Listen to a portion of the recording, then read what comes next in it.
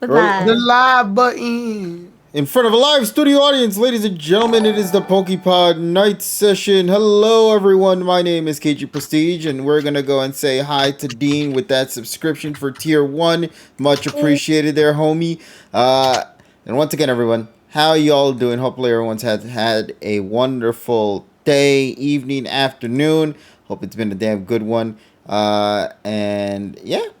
Welcome once again, everybody, to another fun-filled edition of the PokéPod Masters podcast, where me and my pals gather around for the week to go and talk about shenanigans of said week.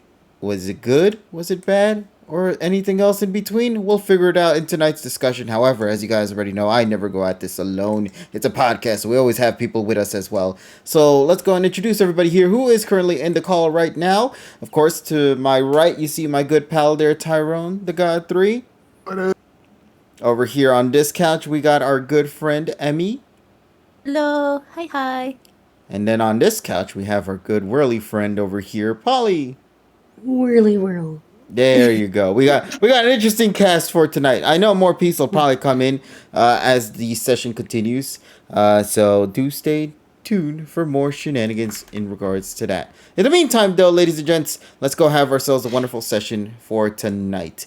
Of course, we got a lot to talk about, from conventions to movies to even a supposed rumored direct that's going to be announced sometime this week. It's that time of the month, ladies and gentlemen. You guys know what time it is. That's right. A Nintendo Direct is supposedly going to happen sometime within this week. So, What? mm-hmm. Oh my god. Why so late? That's my question. Yeah, I know, right? Well, to be fair, didn't happen. No. To be fair, Nintendo has done this before. They actually did this a while back with the Nintendo Direct of the third-party announcements. Remember when they announced Pac-Man Repack, the Mega Man Battle Network Legacy Collection, and a bunch of other third-party titles.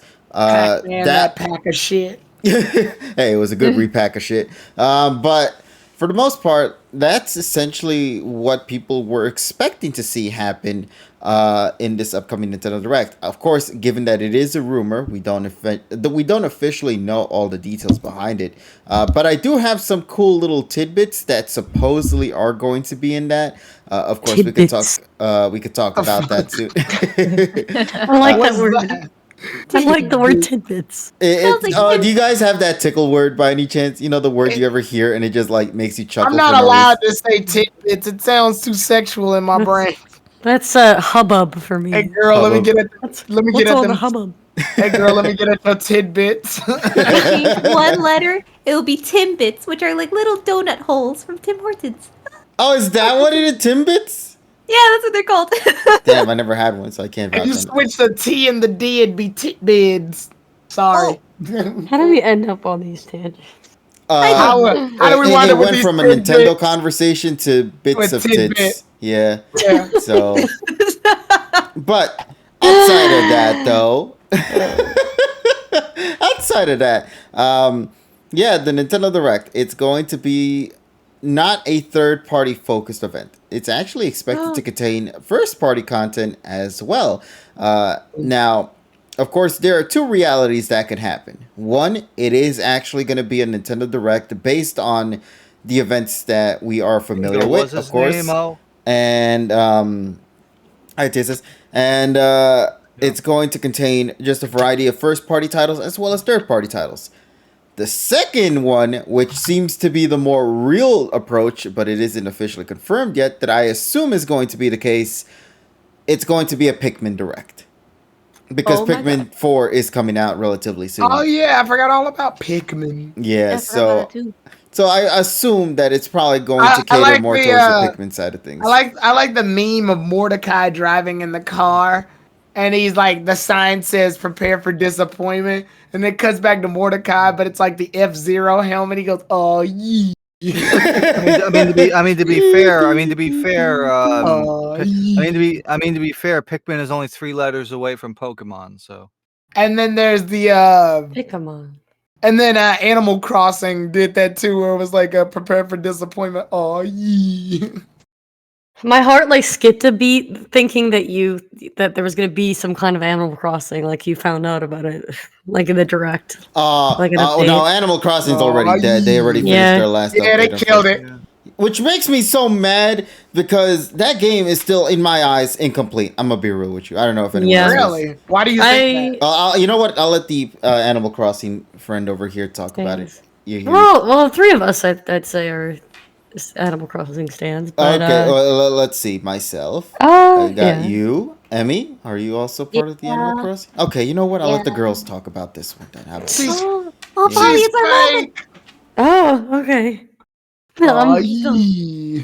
uh, the funny thing is, I didn't play New Leaf, but I know that a lot of people who did liked kind of those extra parts of it that made it feel more complete. I don't know if it was the whole kind of the similar thing of instead of what was it, the Happy Home. Emmy, Oh, you the might Happy know. Home Designer. Yeah. Yeah, I love that game. Which they kind of did with the DLC Of Horizons. Horizons, which I really like that a lot. I just feel like it's kind of it feels like just so separate from your own island that Yeah. I don't know. Unless you go there, you're never really gonna see or connect with those islanders. I don't know if you feel the same way. No, I felt the same way too. It's like very like transactional. It's like, all right, I'm here to help you, and I'm about to leave. Yeah. Like, that's what it is. There was only one good thing out of that, and that was when you get far into that game, you do gain the ability to customize your actual island's homes in the main island. But you have to play the DLC first to unlock that feature to then transfer it over to the main island that you reside in. Which is really cool because the whole happy home designer thing is actually a unique concept. My biggest complaint about it, you had to wait until like the DLC came out to even do that. But by that point, you've Yeah. already done all these constructions and shit and work around it. You know, now you're telling me I can do it? It's like, no. Oh, my island is still unfinished, and it's Oh my because like I feel like with all this like DLC content and updates constantly, like I wish there was a thing where you can do the terrain at a faster pace Yeah, instead of just like like dig fast one forward. hole, dig another hole, fill in one hole, cut down a cliff, build one little piece of cliff, You know, and it's then just put it all back together because you don't like it. I And know, do it all over again. then like one thing is misaligned and the whole thing is off. Yeah, you're not wrong about that. I've had that issue too many times. It is very annoying, so I feel that. I don't know. Yeah. I feel like you know when you're given too much creativity and then your brain just goes, oh. It's just Yes. like, oh, it's too many options yeah. now. I spend so little time on actually building my island, but I spent so much time bartering with strangers on the internet and winding up getting most of the like furniture and clothes and stuff.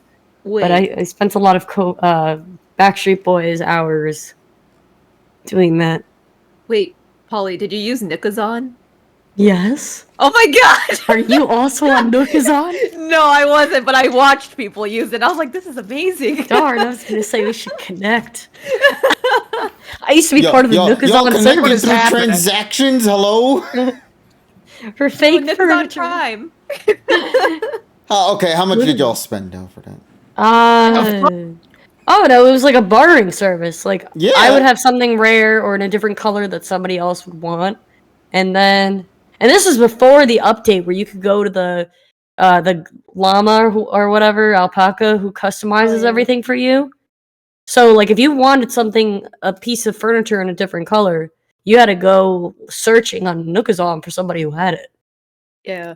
Back in the olden days before the update. Olden days. Yeah, so as Polly mentioned, to those who are unfamiliar with it, Nookazon, I mean, it literally has Amazon. It's essentially just that, to sell in-games. The website is named after Amazon, although it's most closely resembles Craigslist and eBay, let's be real. Yeah. Yep. But it's still good, though. Good times. Good times. Now, when is Nookazon gonna come back, though? That's the real question. And the next Animal Crossing, I guess, drops. Is it still? Does it still exist? I used to be part of the Discord server. Yeah, and then- I'm still part of that Discord server actually. Or did I get kicked out of that? I don't remember. I didn't even know you had one. Well, back when when the game started, obviously, I needed to get some materials that I wanted to do for my house that I never completed. So, Mm-hmm.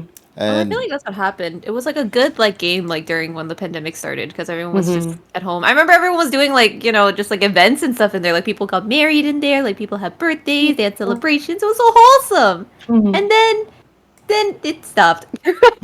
And that's it. Yeah. I have to say though, sometimes I do open it and play it and just kind of do my little daily duties and around my island, and it's very calming. But I kind of wish there was just an added layer of like something to sort of look forward to, because otherwise you're just kind of doing the same things every single day, and Yeah. I don't And if know. you miss a day, you're kind of punished. Mhm. So oh, I that's hated what I that. think. I hated Yeah. that. I hated that too. That's It- also why I Really- kind of stopped. Yeah. I never really played Animal Crossing, but I liked this specific era of Animal Crossing in the GameCube where all the characters basically just made fun of you for being Yeah, yeah, they they were so talk shit, bro. mean. I miss You don't that. even have a couch, you stupid motherfucker. They were so rude. Oh my god. I'm like, I'll play that one. Man, I don't know. It's gonna ruin your self-esteem, bro. You're gonna fucking feel depressed after. You can't ruin what's already ruined, I KG. mean, like That would I be have fun. some really hilarious ones that I always love going back to. It's like, wow, I always thought you were some freak mental case because you run around town in all this time. Bleh. Like, yo, Mr. Penguin told me you broke as fuck. There's another one that's called Ba Bra, and it's like, teehee, you have nothing to lose except your lonely loser status. I'm like, what the fuck? My favorite is still Sherry, the red bear cub, and she used to say "Trolla, trolla." Even when she was mad, she's like "Buzz off, trolla." At the end. Couch. Oh. But yeah, the Animal Crossing assholes in the game. It's like, what was it? Why? You're so short, I can't help but laugh. Whoa. Like, shit. Yeah. Man, these Animal Crossing peeps were on some they want some next level shit. They want some. Well, I still have the game. The old GameCube one? Mm-hmm. Damn, No, I mean, if you keep your collection, of course, it's that's crazy. Yeah. Animal Crossing is a good game, bro. I need to go hunting for some GameCube games. I only have one, and that's fucking Sonic Adventure 2. Oh, to be fair, if you had to only have one, that's a good one to have. That and Pokemon Coliseum. I want that one, but I already know the auction is gonna be like $2,000. Really? I only found like one over here for like 40. I feel like if I ever have to go out to get that game, it's gonna be like the York New Arc of Hunter x Hunter, where everybody's everybody's got like all this money and like all these business brokers are coming. Was that the York New Arc or was that the Greed Island? It was York New because they were bidding for Greed Island, the video game. Oh right. Yeah. I have to rewatch that. Yeah. But yeah, that's I gotta remind myself you do watch Hunter x Hunter. Mm-hmm. But yeah, that I want to do a collection of GameCube games at some point in my life. 'Cause What? No, I'm just reading the Animal Crossing ones. I forgot this guy. His name is fucking Pate. And he's like, hey, listen, don't take this wrong, but you look kind of poor. Like he says that to you. Like, don't take it, but you look broke as fuck, my guy. They'll literally be like, "Oh, did you put on a few pounds? I've noticed," or like something like they'll or like you're wearing that. Like, yeah, could you change it to something less ugly, please? Yeah. Damn, if your wallet was as full as your stomach, you'd be balling right now. Like, damn. Yeah, there's another one. It's like, oh my dear, donkeys have a more charming laugh than you. And I'm like, Whoa! I'm like, shit. Like a grown man sobbing over jokes on the internet. Let's see. Like, You filthy damn. ogre. I hope you get stung by 1,000 bees. Damn. Oh, Oh, You don't That's so understand. The mean. Animal Crossing characters in the GameCube were just incredibly assholish, bro. It's incredible. yeah. Yeah, crazy. But People have made compilations on YouTube. Yeah. Anyway. I love this one from Snake. What is it? What? Are you dense or something? I just want you to go away in a cage.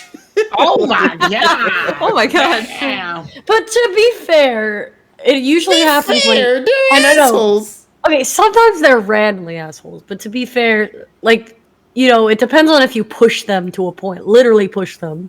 Because then they'll get Literally angry or push sad. And they're like, why are you pushing me? Or like, quit shoving, pushy Mickey. Like that. Oh, here's one. You're looking awful as ever. Who dresses you? Damn. Oh, Somebody. I'm so mad that they made them so nice in New Horizons. Why'd they make them nice? Because it's the kids. because it would get goddamn controversy on Twitter.com, They bro. canceled so the fast. children. Oh, Yeah, it's Anyway. like, what do you mean by that? Have you looked in the mirror lately? You ragamuffin? Have you? Croquet? Like, what the fuck? It's like, whoa, you look so weird. And not weird in a hip way either. More like weird in a makes me want to barf way. Bruh, damn! it's lower. Your credit score or my respect for you. Dang. Oh, Damn. oh! Damn. Wait, I'm sorry. I found one more that needs to be. Wait, Which is it? it's this one. Oh no, sorry. Wait, no. Hold on, everyone. Wait. I'm adding it. This. What is it? Let's see. It says right here as follows. Why, you little sniveling... It's Toby! You wretch! You utter waste! You fat, bloated idiot! Damn. Sorry. Damn! That's one of my Somebody. favorite. That's one of my favorite villagers too. Butch the dog. Well, Yeah, is it because his name is Butch? Butch. yes, but Okay, also. okay, just making sure. Body. Where's Cassidy the cat? Oh my god. Yeah, There's a Cassidy somewhere out there. probably. In the next Animal Crossing game, probably. Cats always land on their feet. I wish I could say the same for you. Damn. Damn! Damn. Ooh. They didn't need to kill you like that. He's a rose. That's crazy. Of it's on fire. Ooh. Yeah. But what else did we get in Nintendo news? By the All way? Was right, that so it? yeah, let's go back real quick into the wonderful world of Nintendo Direct. So as you guys already know, whenever we talk about something here on this podcast, one of the worst things that happens is that the following day they announce everything and completely either nulls and void any conversation we will have in this podcast for tonight. Yay. Meaning that those who are currently watching it right now get the benefit of hearing our very first impressions. If you end up seeing this afterwards, I'm sorry. So, here we go. The big rumor that is coming about with this upcoming Nintendo Direct that I think a lot of people are very excited for the most is the fact that there will be Nintendo games in there. Oh, really? Oh, Shit. Wow. Yeah, I know, right? Damn. Specifically, in case you're wondering what's going to be announced in this new Nintendo Direct, there will be a brand new Super Mario Brothers game, and not just any Mario game, a new 2D Mario game, specifically at that. But we do not know if this is part of the new Super Mario Brothers family, or if this is a completely new 2D style Super Mario Brothers game. Which, to be honest, I would really prefer a much more newer approach at a Super Mario Bros. Game. I don't want it to be part of the new Super Mario Bros. Line. Please, dear God, don't be part of that shit. Be an It original. irritated me. I don't want it to be a part of the new Super Mario, but I want the new Mario to be a part of the new type of Mario that's not new. Exactly. Yes. I don't know how to say it because the stupid game has new in it. Yeah, the fucking new soup series. Yeah, the You new want the soup series. By the new- way, that new soup series came back. When was it again? 2006, wasn't it, or some shit? Exactly. It's not even new anymore. Happy almost 20 years with that game, bro. I just realized there's gonna be a timeline where we move forward like 40 years and we gotta name something the new Super Mario game that was made 40 years ago. Yeah. So the other thing though that was a major announcement for this upcoming Nintendo Direct is that plus a remake of a Super Nintendo classic. Now, that can be ranged to anything. However, we do not know what that means. Is it referring to a Super Nintendo classic from the first party side of things? Or is it referring more to the side of, say, a third party franchise? A lot of people are actually thinking that it's siding more into two specific titles. Super Mario RPG Legend of the Seven Stars. And the other one being of this niche IP, I never heard of it. It's called Chrono Trigger. So, I love Chrono Trigger.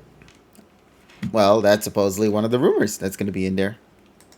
Are they talking about what? Are they talking about putting it on the switchboard? Or are they Remake. talking about? No, just put it on the port. Just leave it alone. Put it on the port. Just put it on the Super Nintendo port. Just do that. On the Switch. Just put it on that. Also, Super Mario RPG. I don't think you can remake that game. I think you could just give it support. That game is a one of a. There'll never be another whatever the fuck this was. Yeah, that's essentially what it is. The Super Mario RPG was like an anomaly in and of itself. Super Mario RPG came at a time where we knew Mario could technically do anything, but we weren't ready to embrace that he could do everything. And then somebody was like, what about this? And they were like, oh, that's weird. And then they played it and was like, this is great. Yeah, but once again, we don't know what's going to come in this one. And we can only hope for whatever it is. Will it actually be a new Will it actually be a Nintendo Direct to begin with? We don't know. Would it be cool? Absolutely. Would it be cool? And I guess, just to kind of like just get a one expectation from a Nintendo Direct, let's pass it around to everybody here. What's like that one thing you want to see from a Nintendo Direct? Just one particular thing. Tyrone, I'll pass it on to you. If there was one thing you would like to see be announced on the Nintendo Direct, what would it be?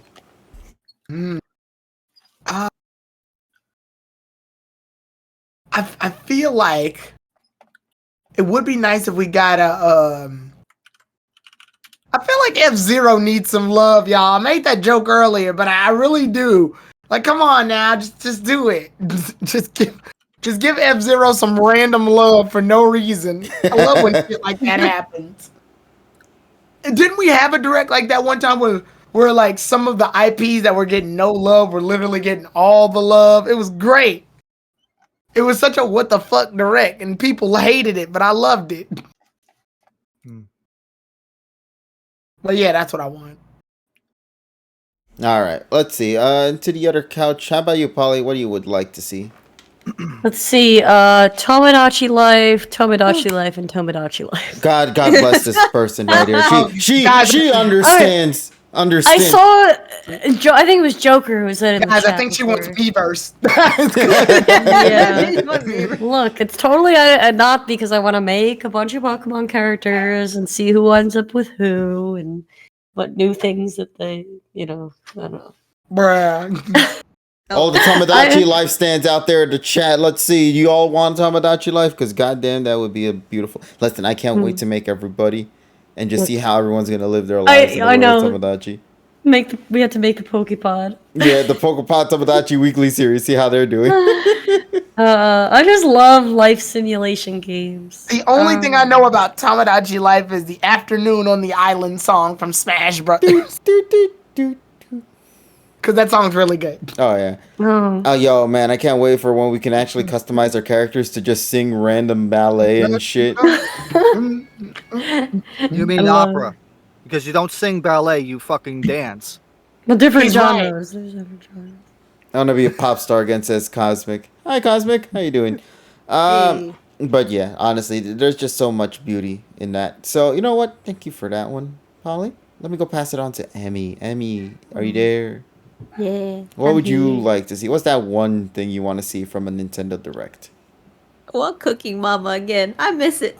Wasn't that Miss it. wasn't that game like Look at under that. some fire recently because it had some NFT Really? shit? Yeah. Was it? Yeah, Oh, never I mind. remember. No, it was like some Oh. crypto shit was inside the game itself or something like that. Oh no, Mama can't fix that. Damn it! I Oh, no. forgot. Hold on, let me see.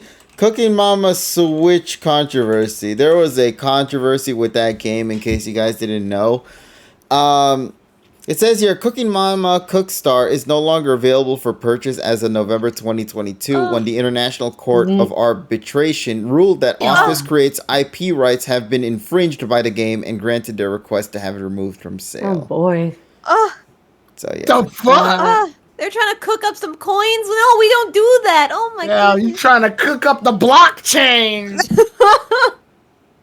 Yeah. Yeah, but back when the game first came out, reports were coming out saying that the game is not only overheating Nintendo Switch console, but that it's also secretly a cryptocurrency mining tool as well What? on the It Nintendo really- Switch.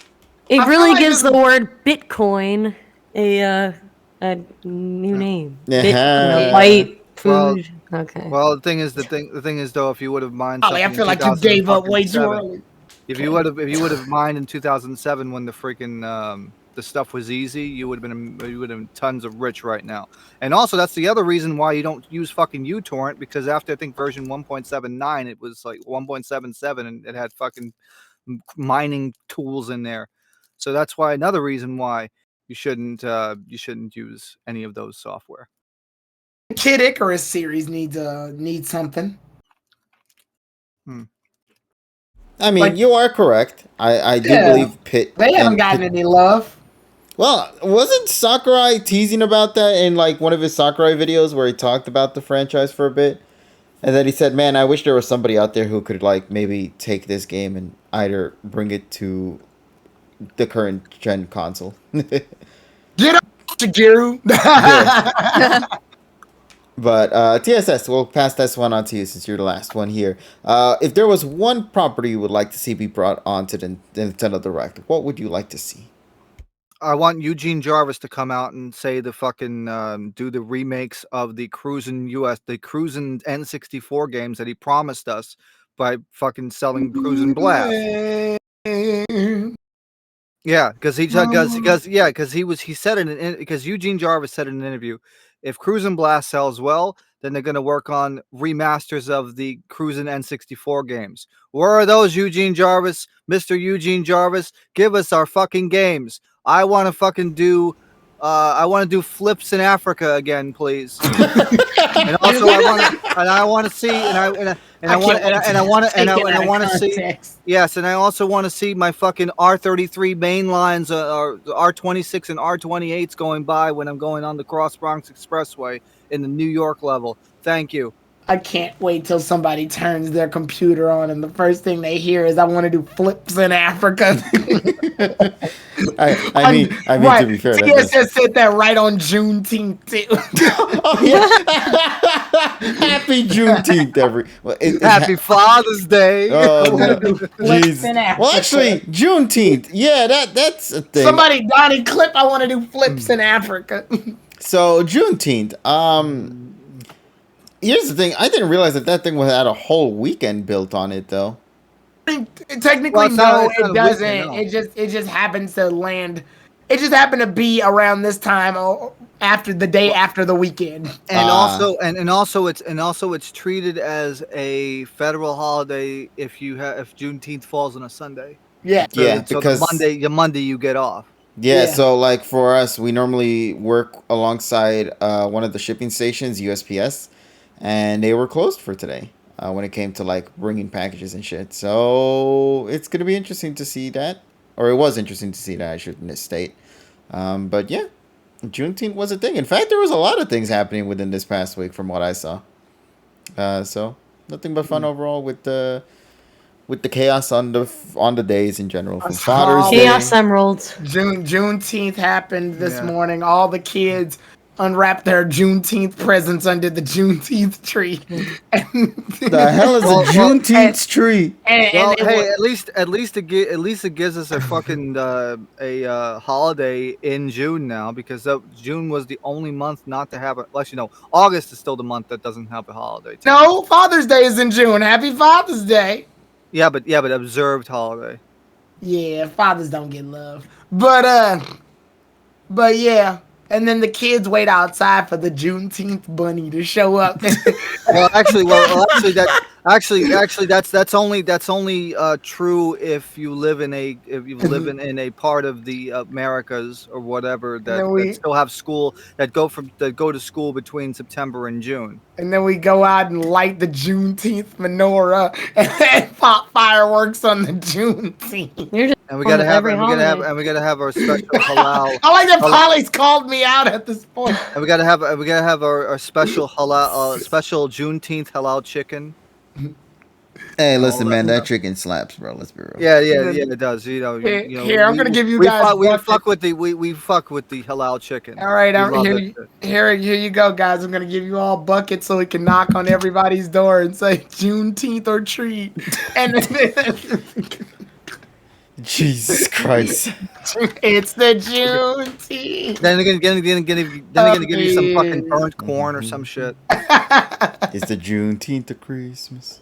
The funny thing is though that people were freaking blowing off fireworks last night. So yeah, Juneteenth fireworks. Yeah, no, that was the thing. I was so stunned by that. I was like, "What the hell is that noise I hear in the background?" But and also the one guy playing fucking Gasolina outside of a fucking Spanish a Spanish barbershop. Gasolina. Yeah, it's like does this guy know? Does this guy know that there's freaking noise laws in New York City? I guess noise not. laws in New York City? I thought. You can't do loud noises after like 10 o'clock. Otherwise people will call 311 in your ass. Damn, I'm surprised I'm still around then. Goggles said, "I can't wait to open my Juneteenth." But it sounds like you have a fucking megaphone or a fucking big ass speaker outside of the apartment. Oh, I do have a megaphone. It's over there on the side. I can bring it up. On the 12 days of June. Wait a minute. On the 12th day of Juneteenth. All right. Emmy is doing her best Steiner math impression. The amount of confusion just shattered my brain, bro. It's okay. Welcome to the club. It's okay. Okay, good, because I was hoping to not be alone on that one. She needs the 141 2/3%. The Juneteenth percentage. I saw that there was a picture where it showed this black woman. It says, "When you're a black lesbian on Juneteenth," and it just shows a rainbow around her, and then like a beam of pure energy shoot from her chest. Oh my God. And it was so fucking stupid. No, you know what I thought about when you said that statement. The black dude that is like has the smug look on his face and he's licking his lips. That's the fucking picture that I'm taking up. Damn.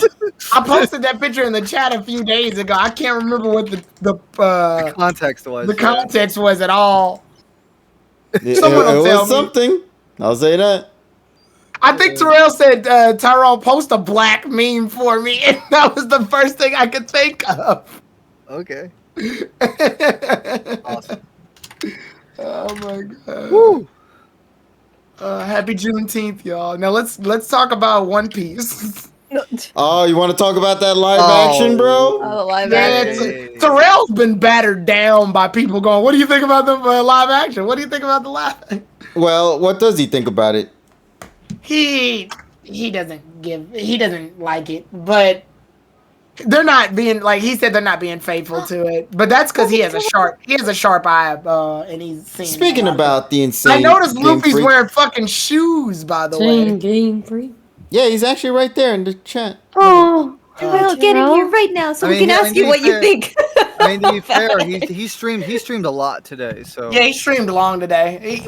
I got done streaming. I did it to take responsibility for all of that. This is bullshit. We're gonna ask Good him the evening, same question. everybody. This man's been asked all week this stupid ass question. Good evening, everyone. All right, Adrian. We cut. Oh!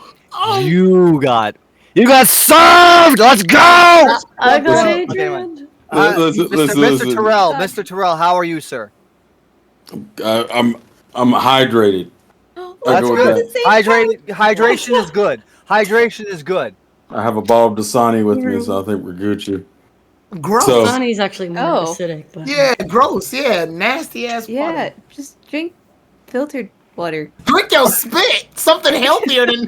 I hated like all these statements. What? No. I was watching it. I was watching the Zentreya stream earlier today, and one of the bit the chat bit comment says, I don't drink water because fish fuck in it.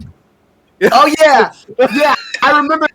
Water never touched the stuff. Fish fucking it. I could have gone my whole life without hearing So- that statement. Yes, thank you.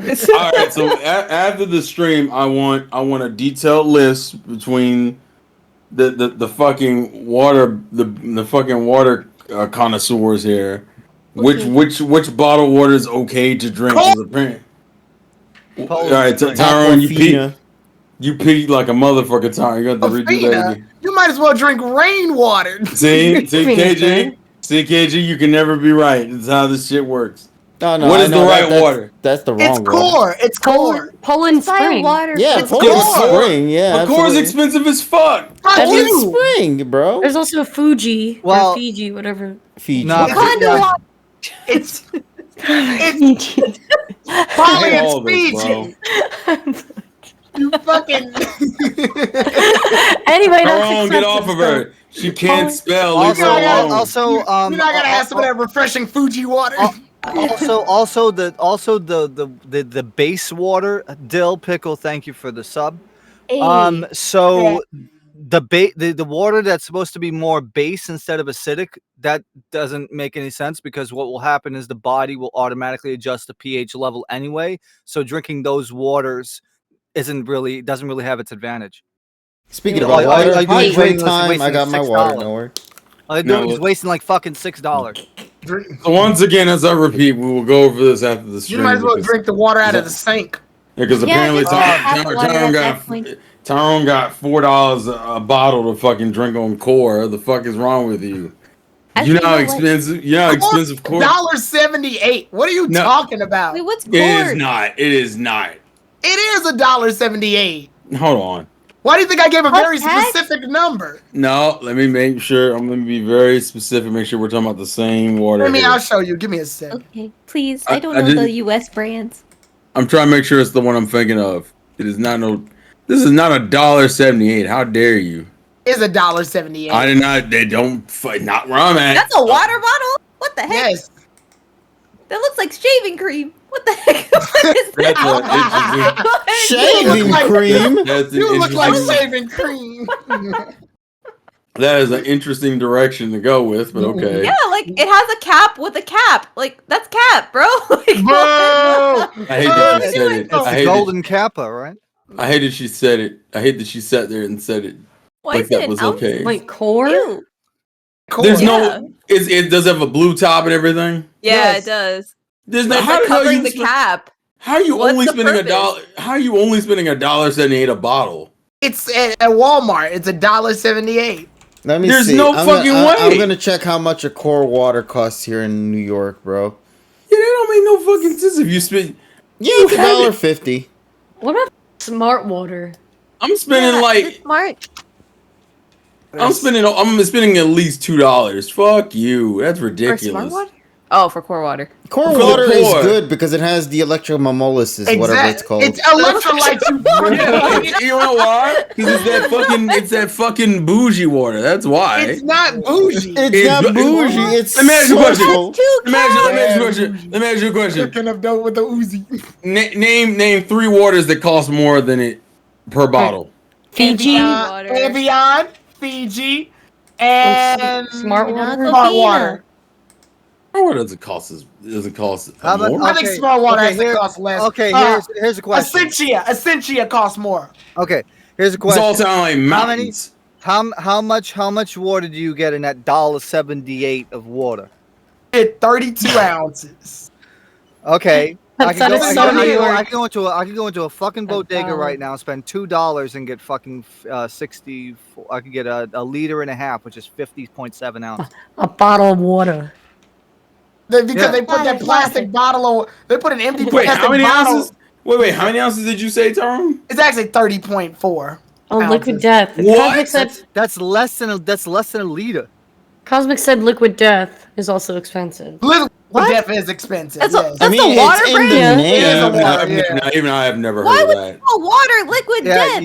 I took a picture of it actually in Target. Yeah, it looks What like a kind of can. advertising? It's a can.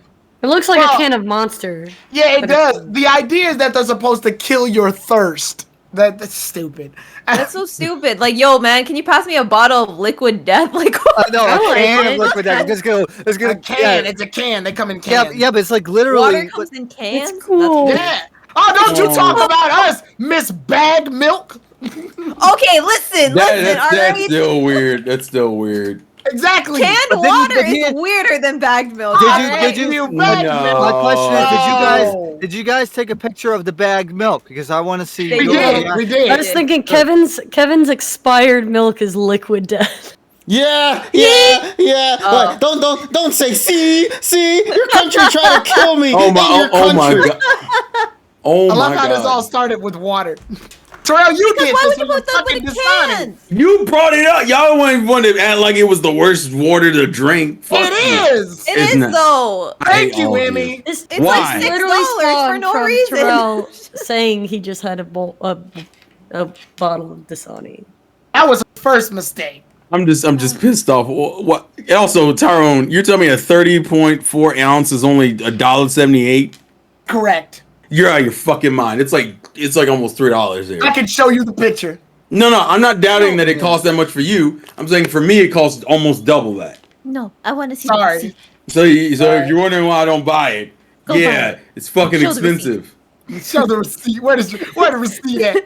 I want to Show see your the plus tax. We'll see what ass it is. motherfucker. No, don't worry. When I go to work tomorrow, I'm gonna go into a Walgreens. I'm gonna take a picture of it, so you can see how fucking stupidly priced it is. Amazing. The point is, That's I don't have the kind of money Tyrone has. So I don't spend that money on fucking core water bottles. If I'm getting like a 24 pack of Dasani because that's just cost effective. Imagine spending a lot of your money for something you probably didn't need. I put that new Fiji on the This drink. Fiji- I drink until I.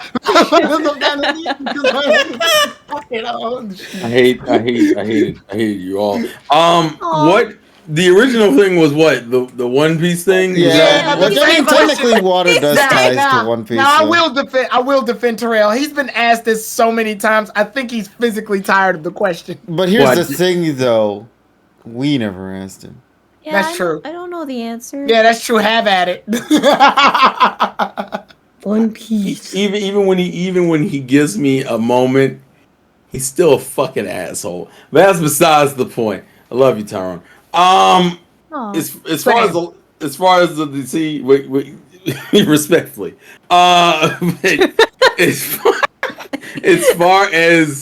As far as the Netflix trailer entailed, the best way I've described it is it's incredibly respectful in terms of the locale, some of the character designs, as much as you can be in terms of like the visuals, minus a couple of weird outfit fucking choices and some weird daytime nighttime shots, and it's obvious they're scrunching in some character introductions back to back. I don't know everything. We kind of What analyzed do you it think earlier. of Luffy with shoes? Luffy wears sandals. No, closed-toed shoes. Oh, it's fucking wrong. Well, they got to Absolutely. do that for safety purposes, but What do you mean? Fuck them. no, on movie sets and TV sets, you're not allowed to wear shoes with no. Tyrone, that's called method acting. You better figure it out because that's You're not bull. allowed to do that, or else you'll break your toes. I don't give a fuck about that man's toes. They shouldn't be making this. They shouldn't be making live action in the first place. That And guy's got shoes. I just wanna. My issue is that of the Shonen Jump, the main Shonen Jump titles you could have adapted in the live action. I understand that One Piece is popular, and that's why it's getting its Netflix adaptation. But One Piece comedy wise is like Looney Tunes comedy. So to me, it's like turning Bugs Bunny into a real person and Oh, I hated all of that sentence. Never say that again. that was the point I was making. What, you're gonna make him look like fucking Chuck E. Cheese? Like Live action Bugs Bunny can't my hurt. issue is that Looney Tunes comedy does not work in live action. You can't do all the famous Bugs Bunny, Daffy Duck gags in live action and they all be just as funny. It's the same issue I have with One Piece. A lot of One Piece comedy is banked on like the squash and stretch of cartoons and the ridiculousness that you're allowed to make certain character designs. And if you've seen any of One Piece's character designs, you know damn well Oda don't give a fuck about normal human body proportions. Okay, you can't. Some of these things just aren't going to translate well into live action. So what they're probably going to end up having to do, like I don't even know how they're going to do the fishmen. Fishmen are just like they're giant buff octopuses or octopi technically. Swordfish, sharks, all that other shit. Hammerheads. I don't know how the hell you're doing all that in live action without it being some weird, without doing some like bastardization. Unfortunately, CG. Doing that much That's the only CG, way. you might as well not even make it live action. That kind of beats the point. I mean, you got to do that for Luffy to do any of his techniques. And Yeah. the way the trailer ends with him going gun pistol, and I'm like, no, it looks like you just took a stick out there and green screened it. This is bullshit. I knew that was gonna happen. He probably won't stretch that much. There are certain characters who won't do as much purely for the sake of budget. I already know. Luffy will have certain moments in which he'll stretch, but most of the time it's gonna be overly reserved. He'll just do normal punches and kicks. Because it costs too damn much to animate a whole human body to constantly stretch throughout a 5 to 10 minute fight scene. It's just not gonna fucking work. So are they being incredibly faithful in terms of visuals and in terms of character designs and in terms of characters that they've referenced? Sure, but I still didn't want it. I didn't want it. I didn't want it when it was announced, let alone when you see it. Now we'll see how it goes, but I'm not expecting to overtly enjoy it. I think it'll exist, and it'll either be absolutely trash or mediocre as fuck. I'm leaning towards mediocre as fuck. I don't think it'll be absolutely trash, but it's going to be insanely mediocre. I can't believe it's coming out in like 2 months. Oh, that fast? Yeah, it comes out at the end of August. I really hope the episodes are not 30 minutes long because they're not. It's not going to cut it. It needs to be at least like 40 minutes to an hour per episode because you're not going to get anything done. I also don't know how long the first season is. If I knew how long, because the trailer shows everything from the beginning of the series up until like what I would perceive to be the end of the East Blue saga, which is before they go to the Grand Line. The only reason why I know that is because one of the scenes they show towards the end is the scene where you see them all put their feet on the barrel. In the anime, they do the same thing right before they go to the Grand Line. Although they did change some things, like it's raining in that scene in the anime. It's just the middle of the day.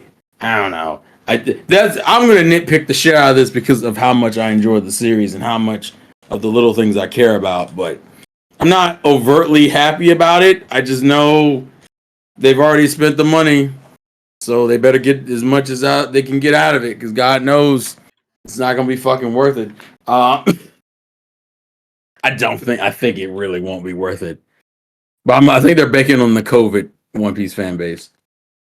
And I guess to quickly explain what I mean when I say the COVID One Piece fan base, I'm talking about the fans who literally got into One Piece during COVID because they had nothing better else to do.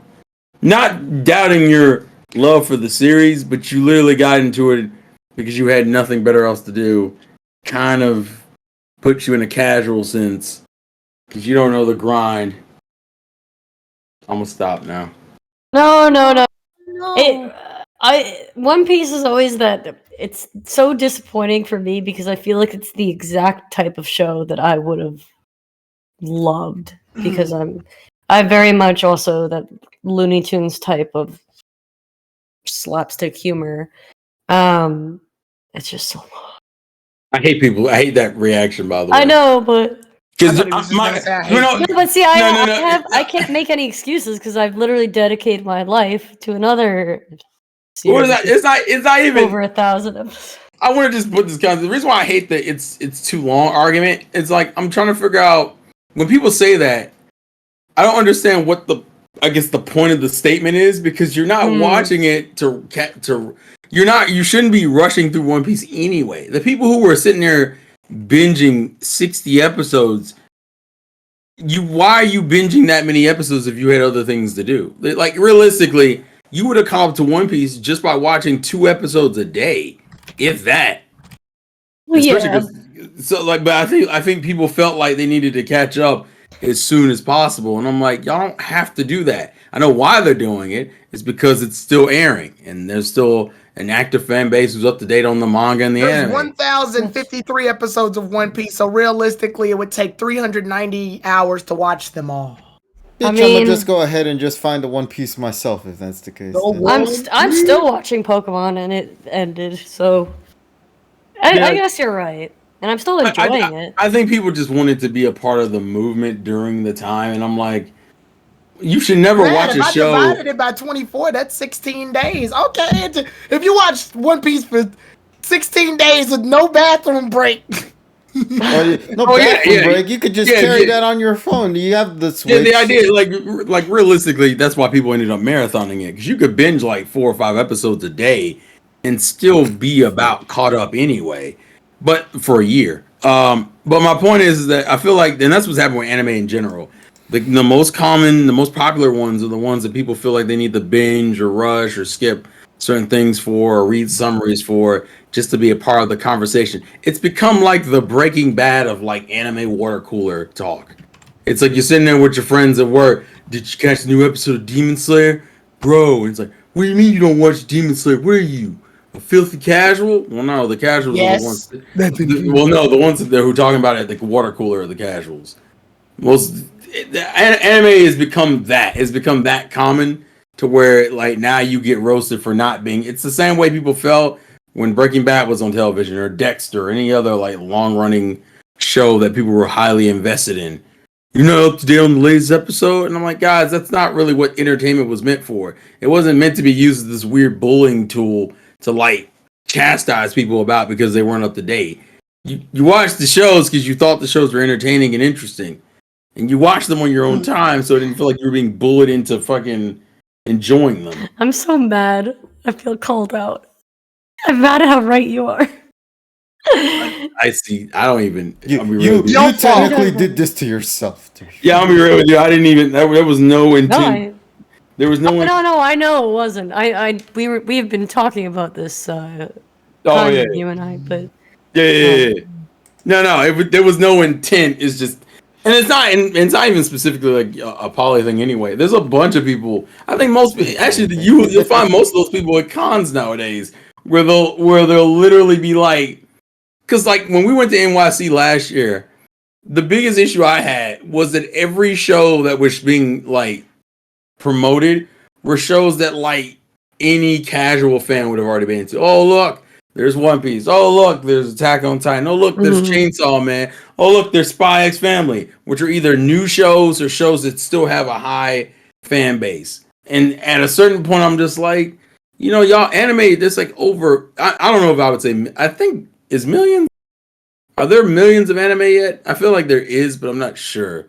The point is, there's a lot of fucking content out there. Why is it only like maybe 10 to 20 shows being constantly represented in cons? Because those shows are on Crunchyroll. Sorry.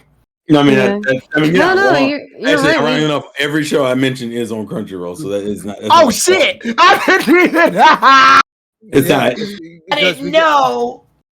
But yeah, it's become homogenized. I mean, we have. I mean, then you'll have people that will be into like the semi-obscure ones now, because technically a show like freaking let's see, Ramen Daisuke Koizumi-san is like freaking, like it was like a 1 season anime and then an OVA, and it was one and done. But sometimes you'll probably have those people that will take like a 12 episode anime and still be able to have a conversation over that. Well, that and even people who are uncultured. Like, give an example. I think, what was it? Trigun. Trigun. Not so. When Trigun premiered, because I believe it had its first 2 episodes premiered at the con, or I remember it was. It did. Yeah. And people were like, "Oh God, I can't wait to get into this show." And everyone's in the back, like, and the fans in the back know. Well, 25. Trigon's been a thing, guys. Like, this It's isn't been like 25 years It's ago. because What? sorry. No, go No, ahead. I was gonna say I kept seeing people walk around like carrying this cross tied up in like Yeah, ropes or whatever. I'm like, yeah. what is like? I Trigon. turned to the person next to me. I'm like, what is people like? I saw so many of them. Like, there's always when you go to a con, there's always that one thing that people are dressed up as. One year was Todoroki's. Like, there were so many Todorokis. Oh yeah, I remember the Yeah. Kirito year. God damn it. Yeah. Oh yeah, where everyone had dual swords. Kirito. Single guy- Star Stream. The I guy, hated it. the guy that kept cosplaying as the A86 from Initial D. Like, in that situation, that one's a weird like cross generation thing because fans who don't know any better, the casuals are the ones who will be like, I don't know what that is, but like I saw this Trigun thing panel come up and I'm excited to look at it, and then they'll look at it and they'll be like, man, I can't wait till this comes out, and everyone in the back's like, bro, do you even know who Vash the Stampede is? And everyone's like, Nope. what? And I'm like, motherfucker. That filthy And that- fucking cat. And look, I don't want to act like it's a chastisation of those people because you're new. If you're a new fan, you aren't expected to know those things. But I don't know. I think the thing I didn't like about the con last year was the fact that it only catered to new fans. Like older fans, essentially, unless you just like those shows already, like you were kind of screwed. And see, the new fans won't feel that way. Actually, you know the show that will make them start feeling that way? It's probably Attack on Titan. Because people don't forget, Attack on Titan's been around for a while. Oh my god, but Attack on Titan's been around for so long. The problem is they keep prolonging their fucking finale. 10 years, right? The problem is his 10 final years? season part fucking Yep. 5 and shit. Like, Yeah. Yeah, it's Because I bullshit. remember it premiered my freshman year. But the way I feel about people getting into like FMA for the first time, which is kind of ridiculous to me because it's fucking FMA. Like, what the hell? But still, the way I feel about people getting into that is how they're gonna start feeling when they hear about people getting into Attack on Titan, like in 2025 or some shit. Like, how did you not hear about Attack on Titan? Oh no, I had better things to do. And everyone in the back's like, better things to do. It's like that. It's the same way I get when I hear people talk about like.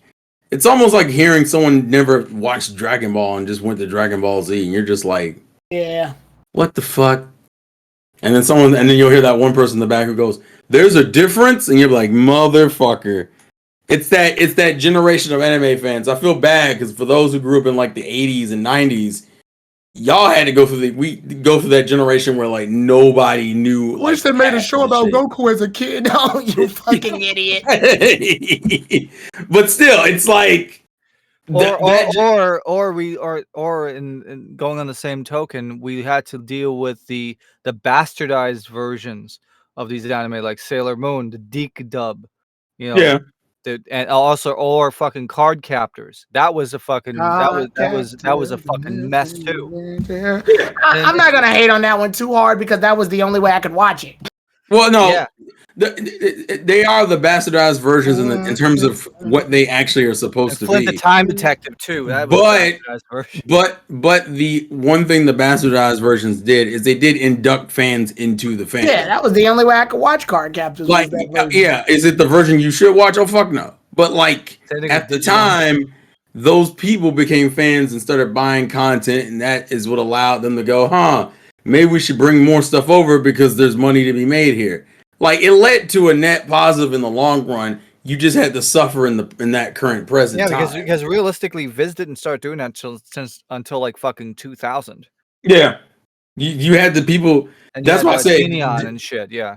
Yeah. Oh God, I'm surprised you even know what that is. I do because motherfucking Geneon, bruh. Geneon, yeah, dog. But just the point I'm making is that anime nowadays is probably at the most popular it's ever been in terms of like a worldwide appeal. Yeah. So if you're someone from an older generation, you have to get used to like anime being as commonplace as it is. Like I said, I work in a school. You know how many kids, 6th graders, 7th graders, 8th graders who got Demon Slayer icons on their fucking Chromebooks? Shit seems ridiculous to me. You couldn't even find kids back when I was in middle school who even knew what the fuck I don't know, Big O was. Or fucking To be fair, we didn't even want to know what Big O was. All right, listen, that was an experience. That was an experience, okay? We accepted it for what it was and we moved on. The point I'm making is that generational gap, it is going to hit the newer generation soon. Like I said, the Attack on Titan generation, the ones who grew up with that, man, when they getting passed up with this Chainsaw Man generation, they're going to be mad as fuck. How you not know about Attack on Titan? I don't know, bro. I've been watching Chainsaw Man for the last 5 years. Like, that's how it's going to be. Same thing with My Hero. My Hero was an experience. Everybody, the whole community was like, "Oh my god, My Hero!" And now it's like, well, you know, My Hero has a new season coming out. Like it's that you've been out for so long, you're no longer like hot shit. You're not the it kid, yeah. Yeah, pretty much. So now now it's like, well, I mean, I'm watching Spy X Family season 3. I don't really care about and you're. I can't believe how quickly the Spy Family stuff really. Because it's cute. Well, technically, they're not. It's cute and well animated. It's very cute. Technically, they're not even up to season 2. It was like season 1. No, I know. I'm exaggerating intentionally. Well, and also, the funny thing is, Spy Family took over fucking Yokai Watch's spot on TV Tokyo. So that's what I'm saying. Certain shows, unfortunately, reruns too on top of that. So it's not even new shit. The new gen the kids who got in around like 2010 are starting to start feeling old real quick in the next couple of years, if not already, because all the shows that they grew up with are now being passed over for new shows. Like when My Hero ends, now it's all going to be about, I don't know, the next biggest thing in the next 2 or 3 years. Like, and it's going to keep happening. So the way I'm feeling now is the way that generation will be feeling in a couple of years, if not already. But see, and that's just the cycle. It's just that it's weirder now because everybody can get their hands on everything versus us back in the day. You had to find VHS tapes imported from fucking Japan that might have 1 or 2 episodes. No, not Japan, Hong Kong. Okay, I wasn't gonna go that far because because you don't need to know about the Chinese imports. Okay. Yeah, but it was owned by England back then, so you didn't have to worry about that. So. Shh. Listen, they don't know what they don't know what the fuck you're talking about. Like, I understand it, but you can't. You're gonna confuse these people. People are just gonna be like, "Why didn't you go on Crunchyroll?" You can't say that. Just go watch AVGN Hong Kong '97. That's all. They're not gonna. I hate you, bro.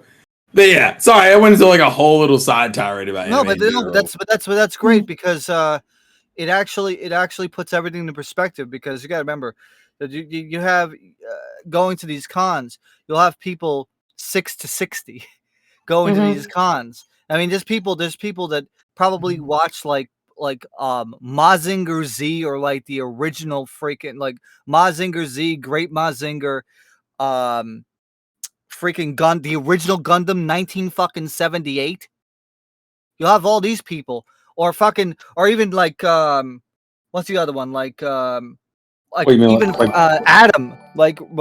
yeah. So like, oh, I thought you were gonna bring up like some old Astro Boy, Astro Boy, yeah, Astro Boy shit. There's still people. I mean, you'll find people that are. I don't think the only thing that bumps me out is that cons don't really cater to all generations of fans anymore. It's very much just new gen.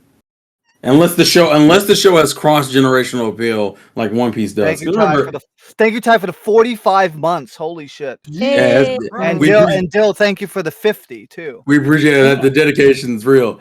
But yeah, like, unless the show has cross-generational appeal like One Piece, which people got to remember is a 90s show, as much as people don't really feel like it is, unless it's cross-generational like that, even Naruto for a while was cross-generational, then it's not showing up in cons. You're gonna get all the new stuff. New One Punch Man season, fucking new Demon Slayer season, new Chainsaw Man season, new Jujutsu Kaisen season, which is funny because Jujutsu Kaisen's from like 2014, but people don't know that, so it's fine. But the point is, actually, I think it's from 2016. I'm wrong, but the point is that like, if that's one reason I don't like cons as much. They only appeal to like a new fan. So unless you're up to date on everything new, or you really want to go to Artist Alley, there's not a lot for you, unfortunately.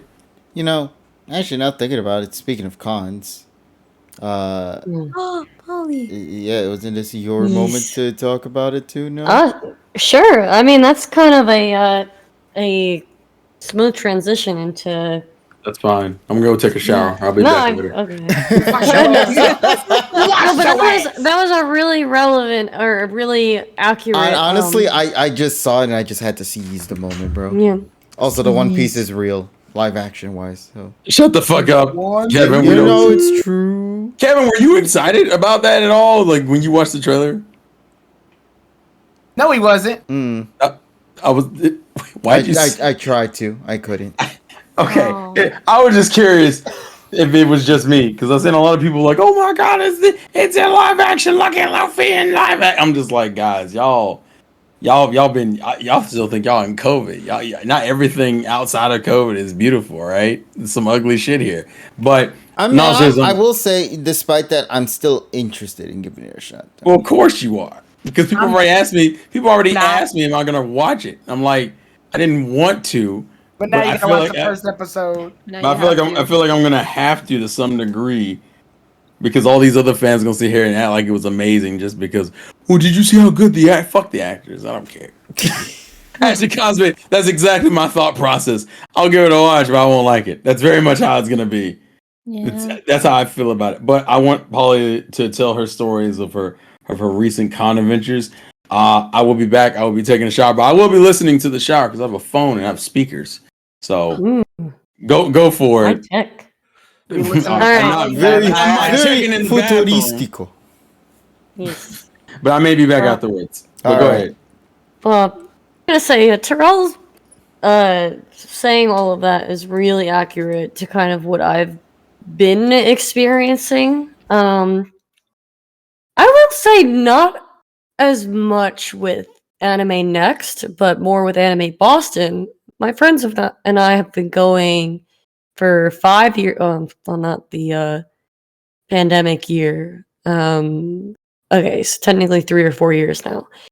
4 years, 4 years, and we experienced that this year.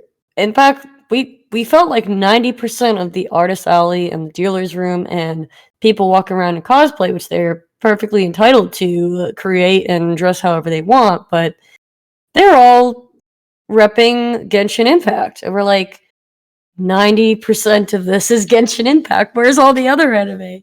We really felt like Other anime, that's a little, game. yeah. It was admittedly That's a a bit. mobile game. Yeah, it was a bit underwhelming, I'd say, in terms of the merch side of things or even the cosplay. So yeah, it's definitely true. And we were just surprised at how quickly people have kind of consumed things. You know, like we were saying, Spy Family, even Chainsaw Man. I mean, Chainsaw Man, I feel like is still kind of pretty big. But I don't know, not as much as I feel like it was in the fall. Now I feel like the big thing is starting to be the one that you guys have been watching, that idol anime, Oshinoko, right? Yes, I don't know. Oshinoko, yeah. The one with I. Yes. Love Just- Oshinoko. Yeah. Despite all of that, I will say I went to a con this past weekend. For those in the chat who don't know, I went to Anime Next. It took place in my home state of New Jersey, and this is the first Anime Next I've ever been to. It's always been on my bucket list to go, but I never really had anyone to go with. And this is the first anime con that I've been to without any of my friends from the anipoke community.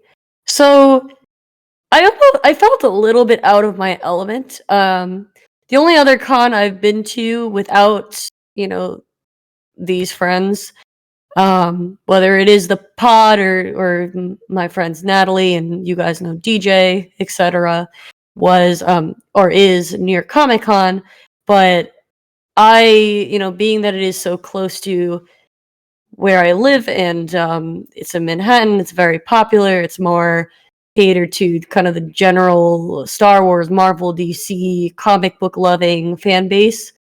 A lot more people that in real life, I guess a lot more normies, quote unquote, I'd say. The casual. Yeah, people from college, people from my uncle, exhibits his art there. My cousin usually comes. Sometimes my dad comes with me. One time my brother went. Like, it's a lot more of a generally social thing, so it's not something that Well- a lot of my anipoke friends go to. Also, What were you saying? Comic Con doesn't sell out of its badges in 36 minutes. Yeah, true.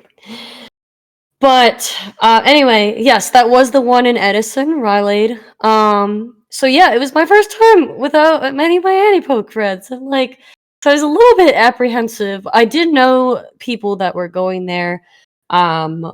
Two of which was a friend that I've known for a long time, and her fiance. They went, and I saw them for a little bit. She was dressed as Jiro. I don't know what her fiance was dressed as, but it was nice getting to see them. They're kind of doing their own thing, though. But I did get to meet up with. So I'm part of an anime, kind of basically an anime club for young adults called the Anime Secret Society. Kind of a shameless plug here. If anybody lives in the tri-state area and would like to join, they are always welcoming new members. They also have a Discord server, so if you're interested, feel free to DM me and I can give you the link to that. They're always having, even if you don't live nearby, they actually have virtual or online events on their Discord server, the same way we do in the pod community server. They'll do like happy hours and stuff. I haven't really been to a lot recently, just because my life sort of has been all over the place with graduate school and the pandemic. But I'm just amazed at how big this group has grown, and it started with my friend who I went to college with, and it's just expanded so much. So anyway, they had a table at the convention, and I got to meet up and not only with the people that I knew really well, kind of knew, but then also I just met so many new people, people who had been part of the group, and then people who literally had just joined that day from seeing the information at their table in the dealer's room. So it was just a really cool experience. Everybody's really nice. I'm really glad I went that weekend. And I was, like I said, I was just apprehensive because I'm like, I haven't really done anything like by myself in a while in terms of just like going out to a place and venturing around. But I really enjoyed myself. The first day I went mostly to panels. It did suck a little bit because usually this con takes place in Atlantic City, which for people who outside of Jersey don't know, Atlantic City is pretty much like a Jersey's version of Las Vegas. There's casinos and there's a boardwalk. It's near the beach. And it's Anime Next has taken place at a venue in Atlantic City for years. And I think some type of legal or financial situation happened, and they had to break their contract with the people in Atlantic City. So they decided to have it back at the place in Edison where they used to do it a long, long time ago. So because of that, unfortunately, the dealer's room and artist alley, there wasn't enough room to have everything in the same venue. So the panels actually took place in the next town over, at a hotel, and like the Hyatt Hotel. So we wound up taking a bus. Like they wound up busing people in a thunderstorm. So it wasn't very pleasant, kind of feeling like we had to go back and forth. So for the most part, on the first day, I attended two panels and the A&B contest. The first two were a lot of fun. One was a Guess That Anime Tune, the game show sort of thing. And where obviously they play different themes with different categories, and people got to win prizes, like badges for the next year. I love the categories because like one category was literally music from Sonic games. Nah. Yeah. I would have won that bitch in an instant. One was actually old, like anything like older than 1980. So like vintage, like old anime themes. from like the 60s, 70s, Something for the newest was Pre-SS. from 1980. Yeah, pre-SS. No, I'm just kidding. Pre-SS, let's go. BC. No. Anyway, I'm just kidding. TSS. BCCS Productions. Yeah. So it was really cool. And I was surprised at how many people knew some obscure stuff. Like, And then the next panel right after that in the same room was actually Anime Jeopardy, which was also a lot of fun. They had the actual, like, Jeopardy sound effects, and they played the theme song. I'm pretty sure it's probably Grego's game shows that did it, because he does like a lot of things that are true to life in terms of like the game shows. I don't know. I'm not sure because I've never been there. I haven't actually been to Anime Next in 16 years. Yeah. So yeah.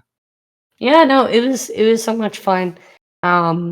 And, I didn't participate or be a contestant or anything, but it was great just getting to watch it and seeing people go up and answer obscure anime questions with different categories as well.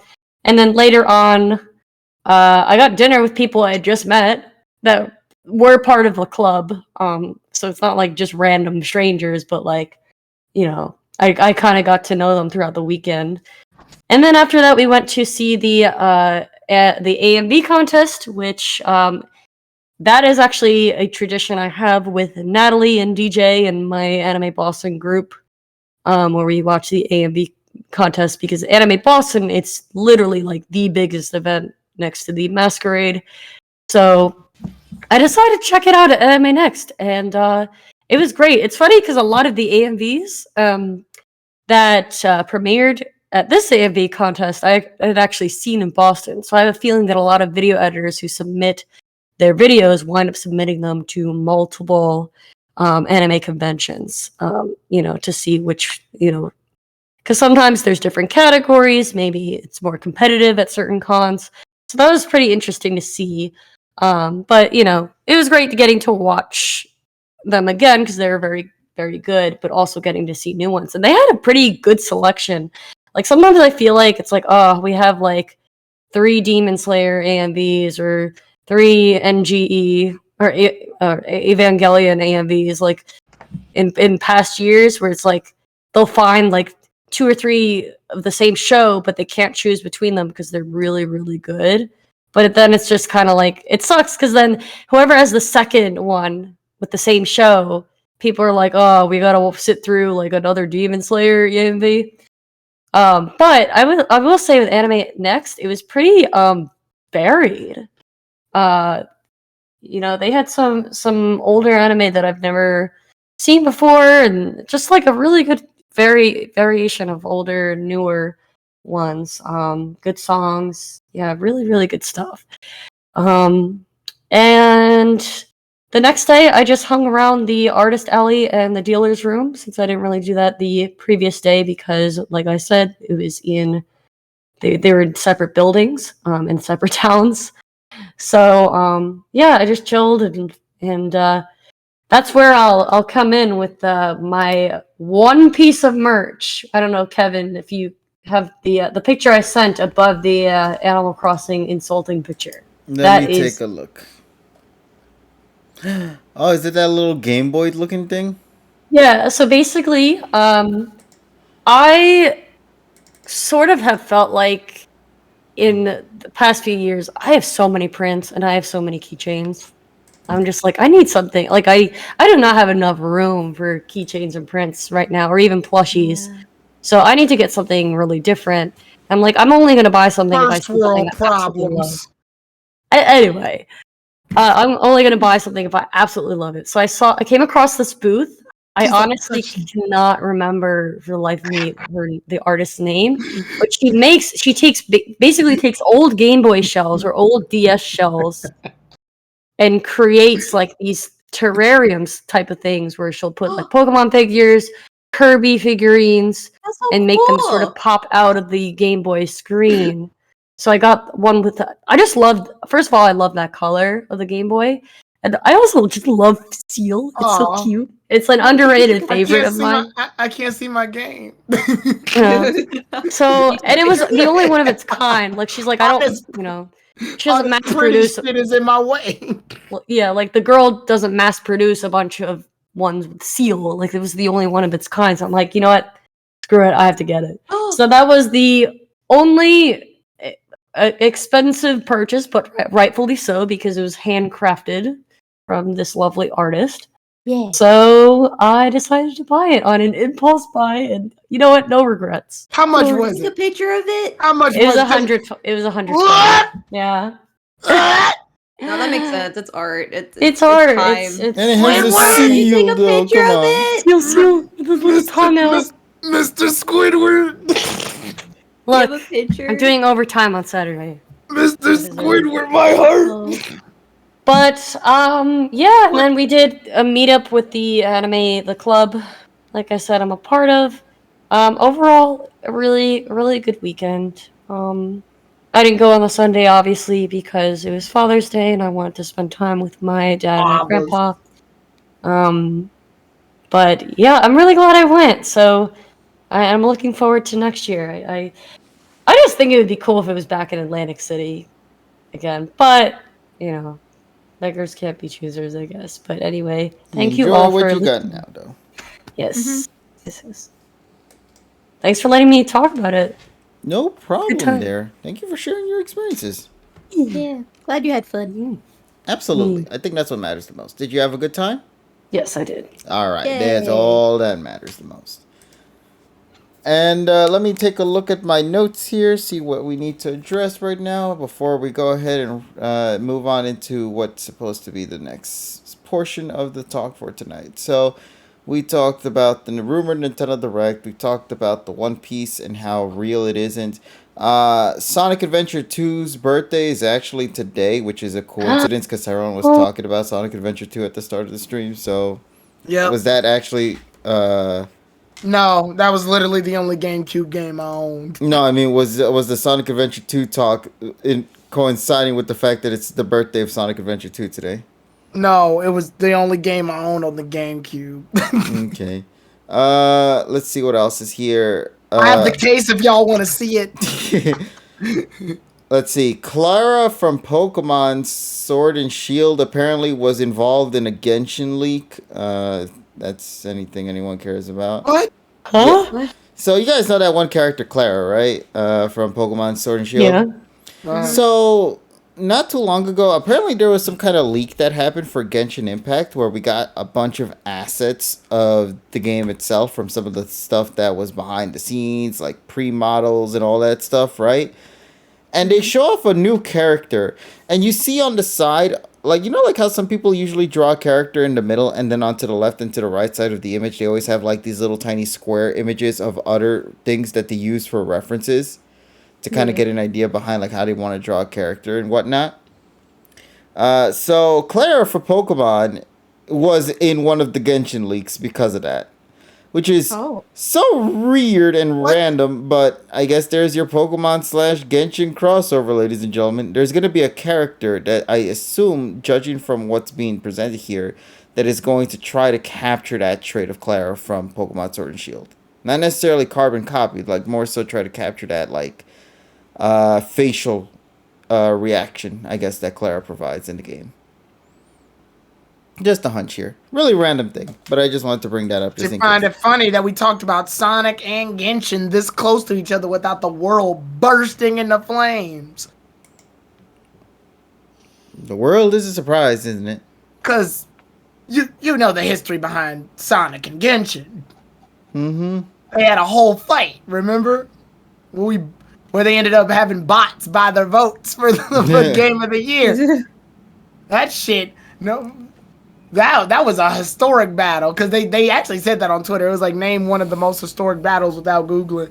And it shows Sonic Frontiers and Genshin Impact. Yeah, that was a crazy year for all of us. Mm-hmm.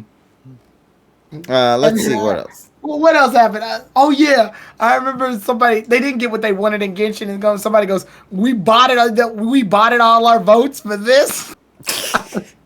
I was rolling. But go ahead. Oh, was that from the fucking Game Awards? Yeah. And it was not Being even like a clean- lot of points either. It was like only It 800 wasn't. gems or some It shit. wasn't. Yeah. The primo, Yeah, the primo gems. Yeah, the primo gems, and they were like, we bought it our votes for this. We wasted our time for this shit. Let's see what else is here as well. Daisy was trending on Twitter for some reason. Let's see. And Crunchyroll, something going on with Crunchyroll and Anime Expo 2023. So there you go. It's gonna be happening sometime, I think, in July. So look forward to that when it happens. And then, of course, the Nintendo shenanigans that we already talked about. So honestly, we covered as much as we needed to cover for that front. Also, I want to make one thing. Off-Kai was this weekend in San Francisco. It's a VTuber conference, and one of the things that really pissed me off about it is the fact that they had VTuber meet and greets for like V Shoujo, and some of the meet and greets were presented in a really weird manner. And what I mean by that is you had to get into a ticket lottery in order to participate in said meet and greet, and then you had to pay money if you get selected. We got to pay. So money. so like, for example, for like Zentrea to do a meet and greet, if you had to win a lottery, then you had to pay $60 to fucking spend 5 minutes. What? Damn. $60 fucking dollars for But I a fucking won. book on a But I fucking won, iPad though. meet and greet. But I won. She For was what pissed. cause? She was fucking pissed because she said she would have rather have spent 4 or 5 hours greeting 100 people plus. Instead, people paying $60 and she's only able to see 6 or 7 of them. And that's fucked up. Yeah, because it's a lottery, then you have to pay to get into a meet and greet. They did not do this at Anime NYC. You just had to get on a line early enough, and then they just cut off the line after a certain time. But you didn't have to freaking pony up for that. So that tells me that, and supposedly this Off-Kai organization is supposed to be nonprofit. $60 for a fucking 5-minute meet and greet. Wait, who specifically? V Shoujo talent like Zentrea. Oh. Like Zentrea went off on them like on Sunday about that, and that was not good. That's unacceptable. That just sounds horrible, bro. Who the fuck spends a one video game pricing for that? It doesn't make any sense. $60, yeah. Worst video game ever. Damn. I mean, it makes the William Shatner fucking signature look like a bargain in comparison. Damn. God. Yeah, but that's just how it like is. crazy. I guess. Well, and also they had technical problems throughout the con as well. They were supposed to stream like a concert, but then that freaking was tossed by the wayside. And I'm like, it still breaks my heart to just see like you have to get into a lottery and then you have to pay on top of that for an experience that's supposed to be, that usually doesn't cost.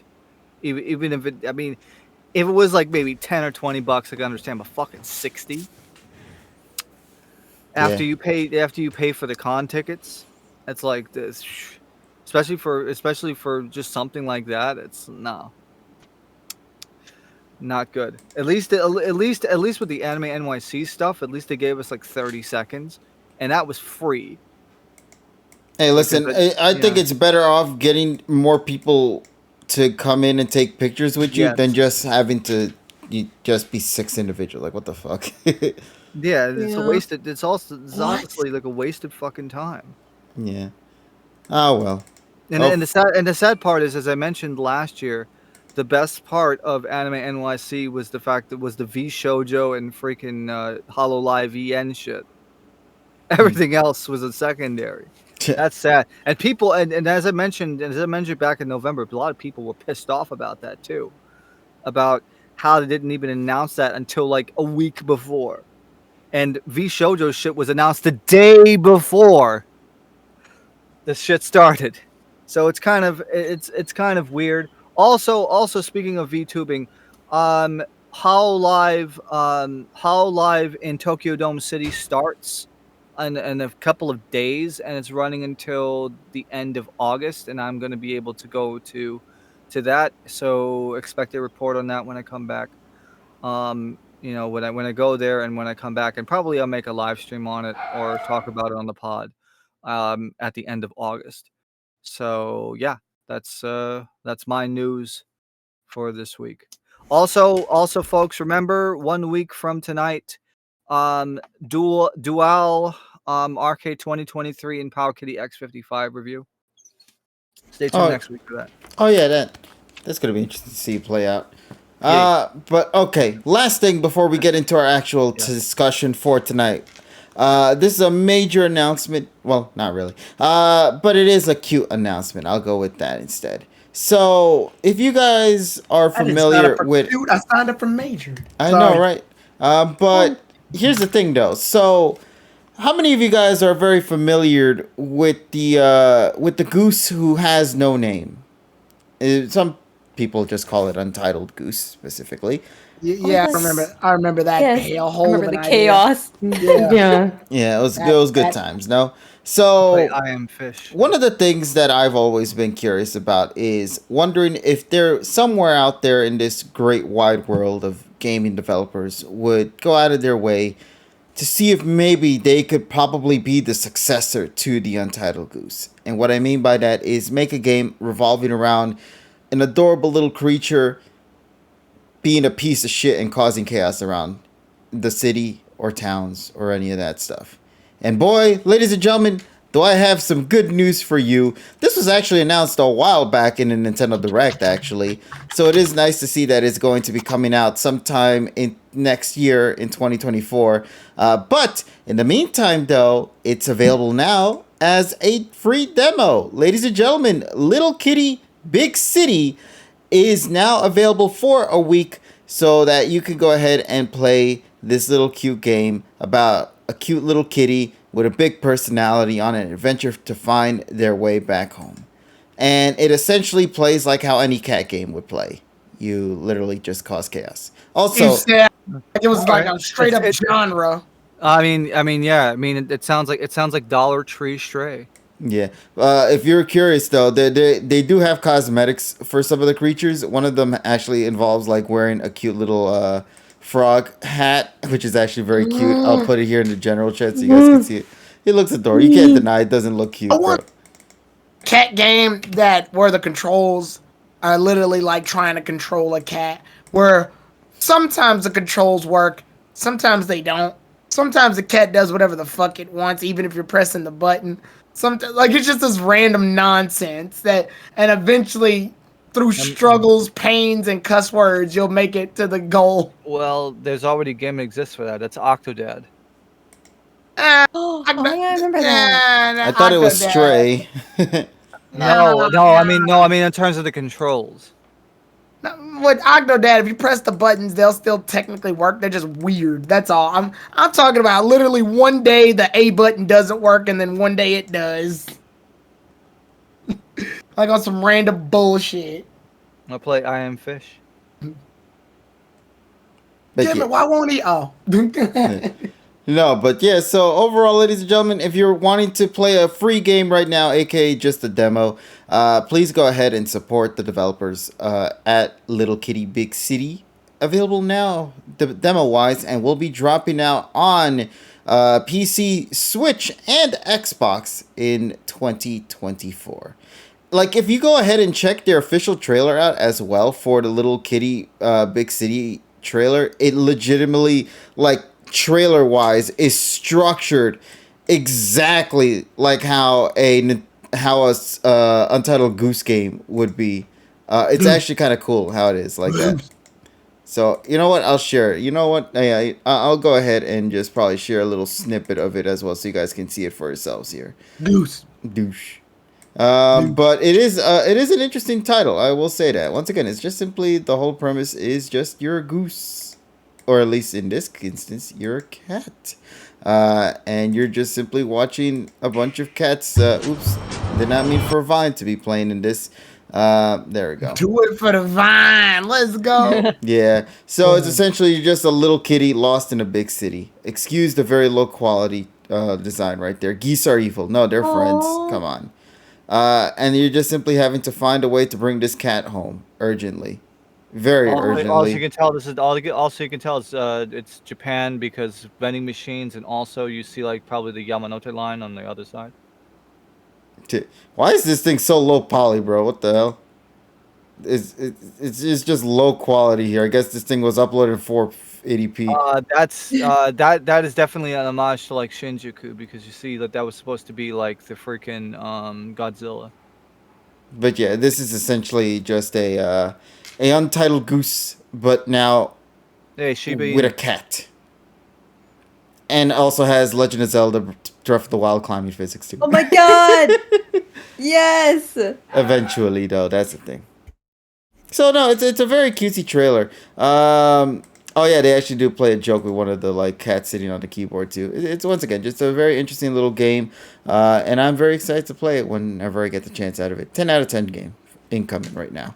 Other than that, though, I believe that is essentially it for all the content of news within this past week, ladies and gents. So, what do you guys go ahead and say we move on into our last main topic for tonight, then? Let's roll. All right, then. Ladies and gents, I think we talked about everything we need to talk about. Or is there anything else that we need to share before we move on? Me. Okay, good. So, last thing we're going to be talking about for today, ladies and gentlemen, is the latest episode of the Pocket Monsters Horizons anime, aka Pocket Monsters 2023, aka the Liko and Roy Adventures. I don't really know. Well, he's right. Yeah, it is right. They're currently still trying to set off. I think they set it off like 4 episodes ago, but here they're still setting off. Anyway, the latest episode has dropped, titled "The Arboliva's Forest." Liko and Roy have gone to the forest where Brazzers says he encounters the legendary shiny Hold Rayquaza. on, real quick.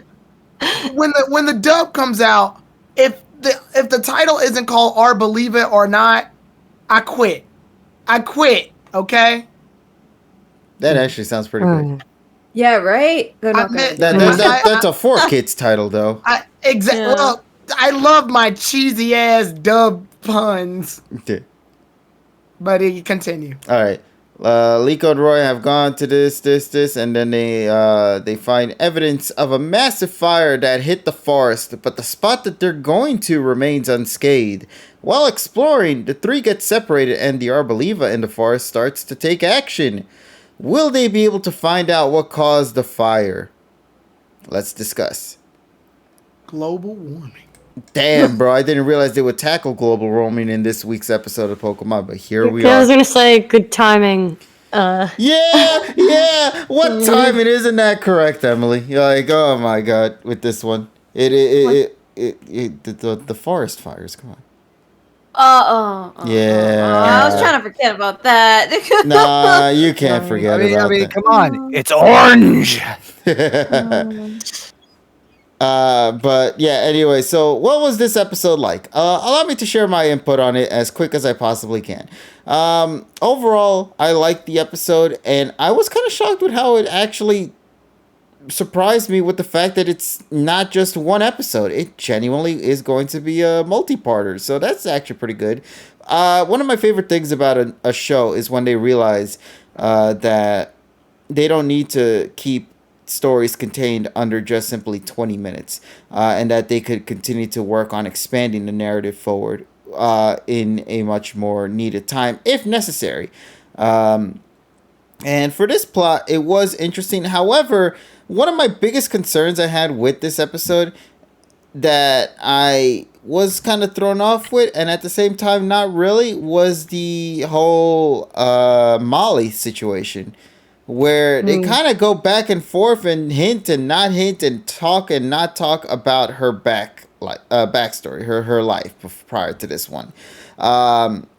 And it was interesting to kind of finally get an idea behind that. Although I feel like two things. One, I wish they had saved it for a later point, honestly, rather than just straight up say, yo, listen, I belong to a family who's known to be with the doctors. Like, they still kept it very vague, at least in that front. But you kind of know where they're going at with that.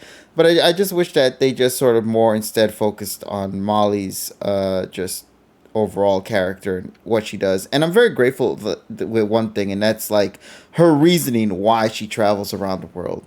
And it's not, and it's an interesting concept in that, like, she's like, hey, listen, I don't like staying in one place, and I know that there are creatures out there that get hurt, and I want to protect those creatures. And I can't really do that when I'm stuck in just one spot. So, Meanwhile, the Nurse Joy said, Zach and I said this. Meanwhile, the Nurse Joys go, fuck them wild Pokemon. essentially, nice meme, by the way. But it is interesting because, like, okay, I get that concept and I understand what they meant by that. I'm still kind of confused as to why she never wants to enter the buildings now, though. Did they ever address that? No. No. Which I guess that still will remain the mystery Yes. for the future. So I like to believe if she entered one of the Nurse Joy spots her, looks at her, yells at her, is like, well, look who the cat coughed up. so yeah, it's She's very interesting. mean about it.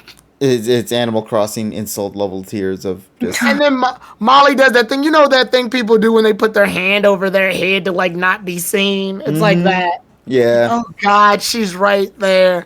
Well, look who it is. I'm too good to be in a Pokemon Center for the rest of my life. Fuck you. And, like, it's Well, way well, too real. Then I would imagine Molly say, "Move to Alola." Damn.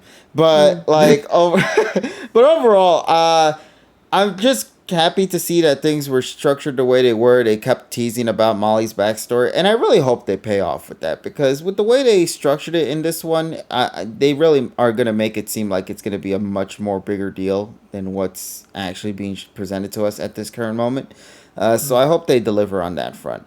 The overall plot of the episode with Liko and Roy trying to go ahead and explore the area. I remember somebody was going ham at like one of the moments in the episode where I think it was Liko who was reading a Pokedex entry, and it was talking about the not Galarian. Oh my God. Whooper. Yeah, the Whooper, the Paldean Whooper, and its poison. Yeah, Twitter went on a fucking fiesta on this one. Yeah, where it's like, hey, look, this thing has poisonous things attached to its body. Be careful about that. Liko presents to touch. Yeah. So that I did that moment. I was surprised that it blew up on Twitter as much as it did. But You all obviously have to talk about it. yeah, I'll save that for when you guys want to bring it up. But other than that, though, yeah, not much can be said for this episode. Other than it was an interesting plot. I am curious boss about. battle. I believe it. But I want to say that I think majority of my feelings for this episode is going to essentially boil down to whatever the hell the next episode is going to be like. As you guys already know, we don't watch the preview, so we have no clear idea behind what's going to come from that next episode. So it's going to be You interesting to guys don't see watch how. it. I'm the only person that watches it. Yeah. Al, how are those Yeah. spoilers, by the way, buddy? Because those previews have done nothing but literally spoil the plot points of these episodes. It's Yep. been- Well, it actually proves that this series actually has fucking continuity, which the last one didn't.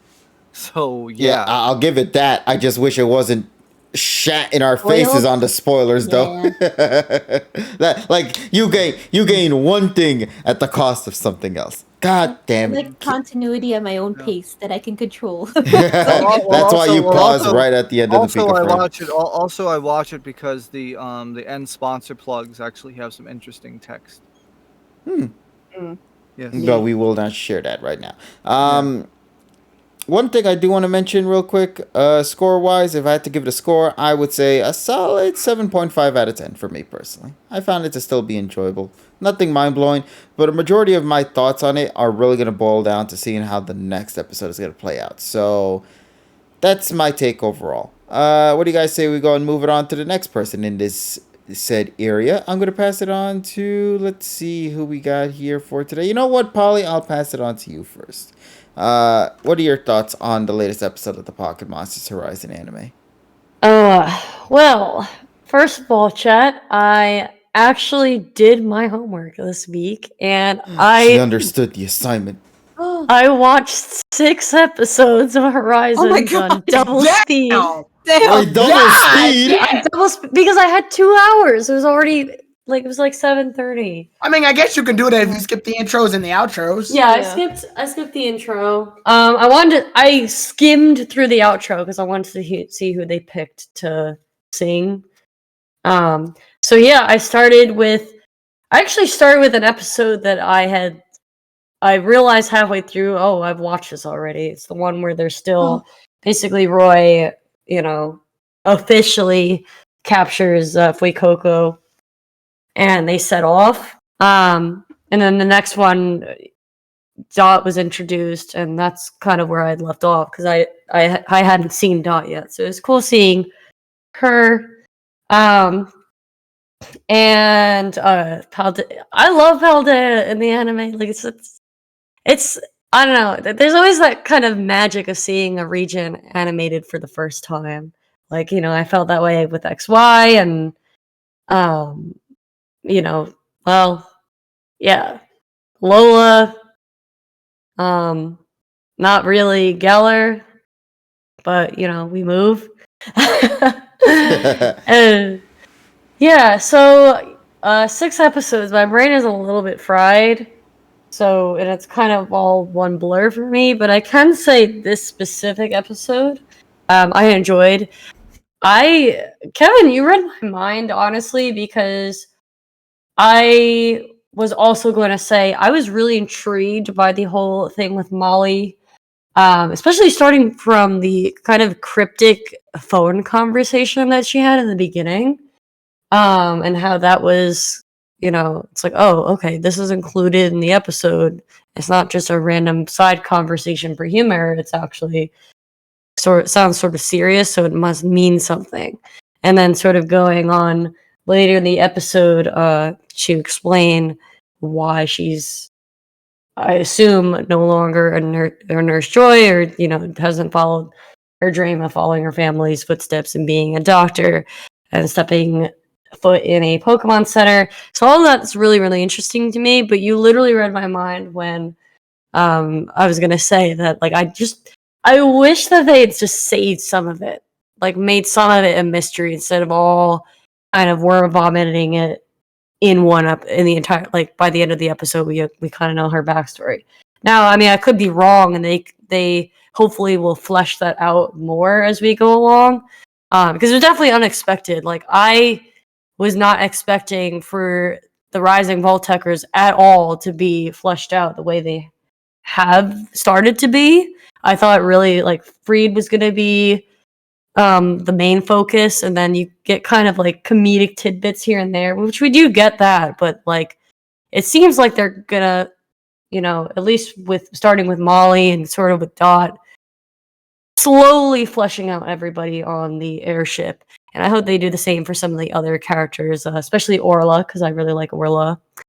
So yeah, that was intriguing. I'm just like, I don't know, maybe the angsty part of me wanted to be like a Power of Us situation where, like, Molly is looking at this wildfire and she's like kind of being weird about it. Like, the camera stays on her for a while. I'm like, did something happen here?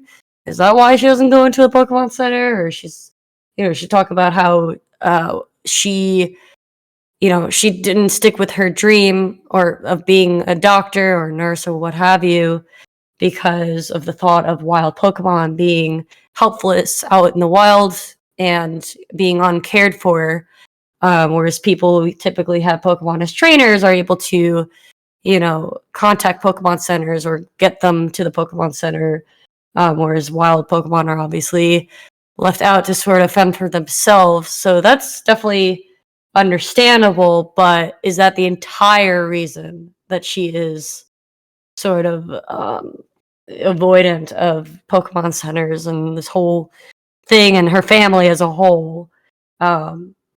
I don't know. Or are we looking too deep into things, as I usually do? Anyway, so that was really intriguing. I like some of the dialogue in this episode was funny. I like how they've sort of modernized things, especially in regards to social media or like social media patterns of today, or even sort of like fandom terms. Like Liko at the beginning was saying, "Oh, are you a super fan of Nito thing?" She's asking Dot. Uh, that must be why you weren't interested in a casual like me. I thought that was hilarious. And I also liked when Murdoch and Friede were talking later on, and I think Orla was saying, "Oh yeah, Dot almost blocked you for I forget what they were talking about, but basically." On Murdoch's phone, they were saying, "Oh yeah, Dot almost blocked you." Like the concept of blocking somebody on social media is a thing in the Pokemon anime. It's just that I liked a lot, and it's kind of like keeping up with the times, I guess. Um, I really liked Molly's conversation with Liko when they're sitting on the log in the forest, and Liko's kind of explaining that all her life she never really followed in either her parents' footsteps, and who does that remind me a lot of? Koharu. So I feel like Liko is kind of a lot like what Koharu should have been or should have evolved as a character. So that was pretty interesting, that conversation. And the last thing I'll say, I don't really have much else to say about the episode. I thought it was nice seeing Liko and Roy continue to work together to battle against the Arboliva. Also, Arboliva is actually, for those who don't know, it's become my favorite grass type at this point. I never really had like a solidified favorite grass type. I prefer Devolve from Dolliv. I know, you love Dolliv. It's so cute. Doliv's very cute. I love that whole line. First of all, because I love olives. They're my favorite food ever. I can eat them out of a jar. Like they're like my snack food. But not that I want to eat Dolliv or Smoliv or Arvoliv. But I kind of want to eat Smoliv. I'm gonna be real. I Gordon. When you're here, your family. Yeah. Yeah, but no, Arboliva grew to be one of my favorites. It was actually part of my team in Violet, and I've grown very attached to it. And I just think it looks really cool and very graceful. So over time, it's become one of my favorite my grass Pokemon in general. So it was great to finally see it in the anime. I just wasn't expecting it to be that giant. Now, I don't know if this was a Pokemon anime gimmick or if they're really supposed to be that big. I'm pretty sure they're not. It's a gimmick. Huge. It's a gimmick. Well, also because the ancient Pokeball was attached to it. So yeah, that one's a gimmick one. Yeah. I guess it Dynamaxed. I don't know. Anyway, it sounded interesting. It sounded like the Kazoo Kid. Like it was like, and yeah, it's kind of I have to admit, it was kind of a bit of a depressing ending, but like I said, the battle was nice. They worked together. I also like that the stakes seem to be stacked a bit higher in Horizons, so, at least so far. Whereas in Journeys, not to always compare that to, but it's like we were just anticipating that Ash and Go would gather and sort of one shot whatever they were battling into oblivion. Especially if it was the trio. Whereas now we don't really know what we're gonna get, how strong the opposing team is gonna be. So I'm enjoying that those like I said, the stakes are just a bit higher so far, but we shall see. And that's pretty much my review. I'd also give it either like a 7.5 or an 8. I did enjoy this one more so than some of the previous episodes. But yeah. Nice. Thank you for sharing your thoughts on that. You're welcome. All right. Let's go ahead and share it to the next friend over here. Emmy, I'll pass this one on to you. Yeah. Go ahead and well, share your thoughts on the episode. Yeah, thank you. Unfortunately, I didn't get a chance to rewatch the episode because I usually do a second rerun because of you miss things the first time. So I'm gonna keep it kind of short on this. I did enjoy the episode though. I did enjoy that we got to see like Molly's backstory a bit. I do agree with what you guys said though. I wish they kind of fleshed it out a little bit more because it was nice being detective for a bit. Because I feel like it's kind of hard to do that with Pokemon sometimes. They kind of just give you everything. So I wish they kind of just held it back a little bit and let us explore these characters on our own and kind of just piece things together, and then when it comes to the big reveal we get to see it and be right about it, or just go back and actually find little details that we missed. So I kind of wish that they fleshed it out a little bit more before they revealed everything. So I agreed on that stance for that. I did enjoy the episode though overall. I thought it was kind of the only thing I think that was really kind of weird in the beginning is just Nimona leaving. I was just like, all right, I guess she's gone. Okay, don't know what to do there. Yeah, I was like, all right, take care. Okay, bye. So, I don't know if I guess they'll bring her back at some point. Yeah, maybe. Also, I thought the little moment with Liko and Dot was nice as well. Just because of the whole she was gonna tell Liko being like, yo, I'm actually and then Liko's just like, oh, you're a big fan. It's like, wait, what? So I like that moment in the beginning. I thought that was really nice. The wildfires. Okay, we're not gonna talk about it. That just hit too close to home, so I'm just gonna skip over that.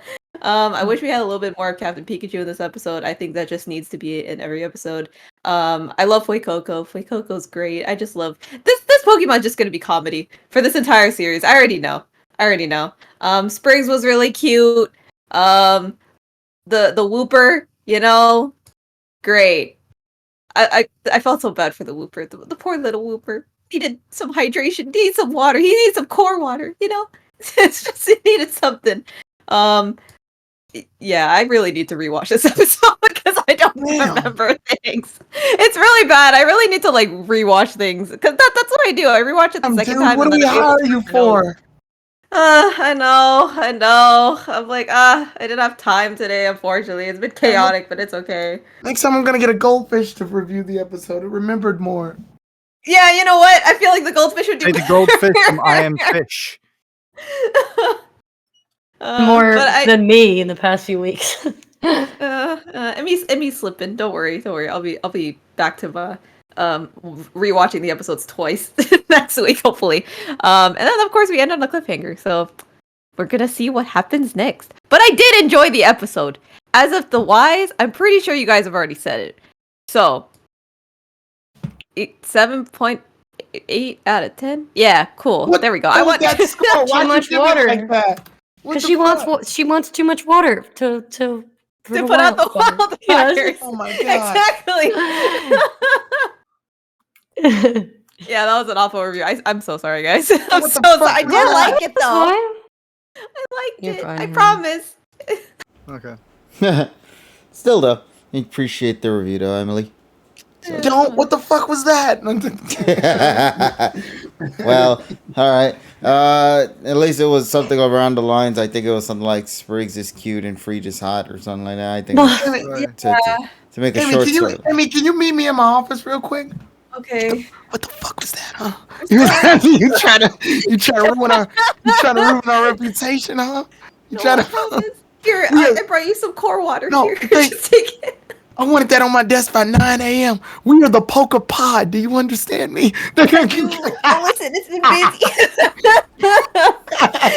busy. We don't report news in this house. Exactly. Oh, sorry. I'll go It was a next. sick day. Okay, go. Yeah, okay, Tyrone, and then TSS after. Look, just sit back. I got this. All right. Okay. So, what my client meant to say was, she said the episode appealed to a wide demographic. Yeah, exactly. No, but seriously, episode. So it's good. I'm glad they're starting they're divvying up the cast on who does what. Nimona made her daily hi. I'm here to collect my check appearance, which I'm gonna be honest, Nimona's been the weakest character so far, and that's saying a lot for her. God damn. This is not the Nimona from the video game. What happened? Girl, what they do to you? I'm so used to the Nimona that's like, ooh, Pokemon battle. What? I said Pokemon battle. No, now's really not the time. I gotta go to the bathroom. We can battle in there. What? like I'm so used to that Nimona. Like, I'm not used to like this chill. It is what it is, Nimona. I don't know. Maybe they'll get her better. I think it's because she had to save her. She had to share her episode with Brassius, so that's probably why. But I'm so weirded out by the fact that she's not on her battle high like she normally is. But regardless, I am glad that they're divvying up like, oh, this is Molly's episode now, or oh, we're gonna do like, hopefully we'll do an Orla episode, or oh, this is gonna be a Friede or a Murdoch episode or a Ludlow episode, because God knows we need one. What the hell does Ludlow do? Yeah, we need them. We need them, and yeah, it's good. Let's address the Whooper thing, because oh boy, everyone's going off the, oh, is Liko stupid? And some people, it's gone everywhere between Liko is stupid and she's just like she's meant to be. She's just like who her father meant to be, Ash. Like, I was like, not what? When you see an animal naturally hurt, sometimes your first instinct is to help it. Yes, she looked on her Pokedex, but that was more or less for the audience. The audience needed daily, this Pokemon does this thing, because kids still watch the damn show. So they got to get their information on the Pokemon. When Liko goes to touch it, it's her first instinct to touch it because she wants to help the damn thing. She could give a shit less about what the data says. She knows she sees a Pokemon hurt. She's worried about it. She even stops and goes, it stings. It's the poison. Like, yeah, we know that because the skin was poisonous. She just didn't know how severe the poison was. So I would like to think of it as literally she wanted to help it, but was ill-equipped to help it. Hence why Molly comes in and does the job of helping it with gloves on, because Molly actually has the equipment to help the Whooper out. I mean, she's like 10 to 12 years old. I'm not going to doubt that a little kid just did the first instinct they could do in order to help a Pokemon that's injured. It wasn't really a matter of how smart you are. It's just, where do your instincts lie? So I think that can go ahead and end that debate once and for all. It's as far as the rest of the episode goes, I'm not sure how I feel about the Nimona not knowing the Nido thing identity gag. Only because while Liko. Oh yeah, while Liko not knowing the Nido thing identity gag. Only because while yes, it's funny, I get it. It's a running joke. At the same time, it weirdly is uncharacteristic for Liko, because Liko's been an analyst. Like, she's the one that figured out that Pikachu does double teams and zigzags. She's the one that basically was able to decipher the entire Pokemon battle that Roy was having against Sudowoodo. She's the one that's able to discover weaknesses with opponents. She's the one that can make discoveries with, like, when Brassius was in an artist slump, just basically looking at a broken piece of ceramic. So to see that this girl is like, you must be a Nido thing super fan. I'm just like, oh boy, what? I get it. It's for comedy. But at the same time, it weirdly feels uncharacteristic for someone who can basically tear apart, like, shit based on nothing but eyesight. Like, Liko in the past has been shown to discover things and break them down on an almost advanced level. So for her to slip up on this thing just feels weird. Now, granted, you can make the argument, well, Liko's bad at, like, social interactions, which is true until you realize that she records data. She recorded data on her Sprigatito every day, based on all of its behaviors, every day.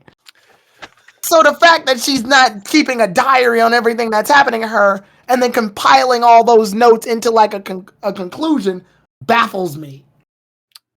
2 different parts of the brain. I would say that until you realize that the strategic part of the brain is still the same side. It would be different if they were two different, but they're Yeah, not. but different. Yeah, but parts doesn't necessarily mean different sides. No, I mean, we know what it is. It's for the sake of the running joke, which forces her to not know this one particular thing. I disagree on that. I'll go into that later. Again, it's way too obvious to not know. Like at this point, between the Needle thing music that's been outside booming every time, as well as her unavailability when she was late during the stream, Liko's a smart girl. Like the shit that she's noticed is shit that I borderline sometimes didn't notice until Liko figured it out first. So it just, I don't know. It feels weird to me that she wasn't able to put 2 and 2 together. I will say this because it has happened to me, so I can say that with personal experience that's exactly a valid character trait. I get that, but we're talking about Pokemon here, and it's not going to get to that level.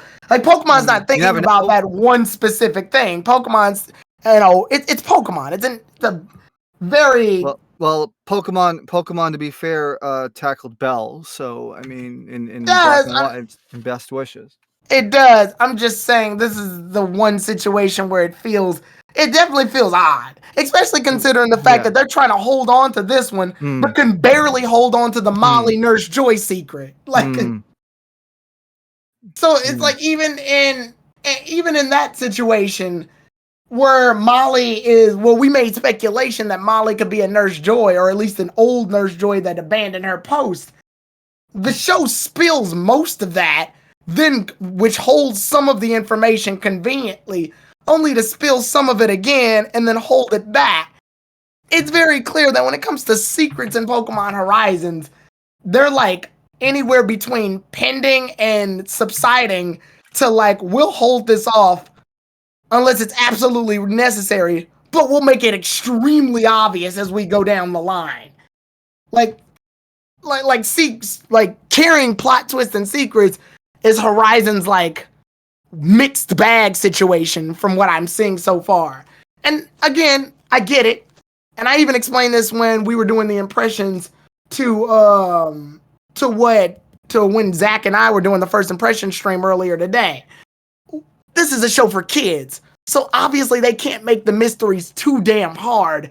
But I've seen kids shows like Gravity Falls and Avatar: The Last Airbender who can hold these secrets as well too. And yes, you can make the argument different writers, different cartoon, but the premise is still the same. Kids show can still have plot twists that are very secretive.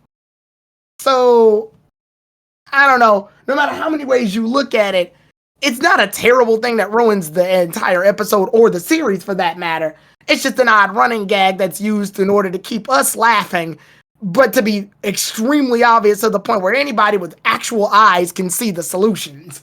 If you took out all of if we saw just as much as Liko did, and we axe out Dot being Nido thing, I still think we could deduce the Dot's Nido thing, just based on everything we've seen up to this point. But that's my tangent about Dot. And that's over. The Arboliva thing, I like the fact that Liko and Roy were in a boss battle. That's pretty cool. I like that. I like that the goal isn't to beat the thing, it's just to keep it busy. That I like that too.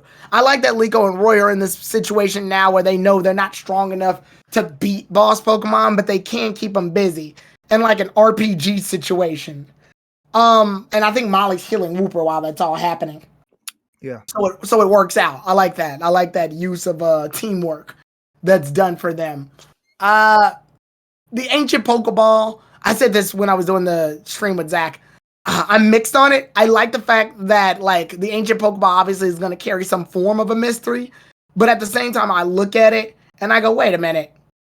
There's 2 ancient Pokeballs now. Damn it, that means Roy's item has multiples of it. The thing I thought that was kind of cool about Roy and Liko's special items dependent in the ancient Pokeball was that they were by themselves. They're the only ones.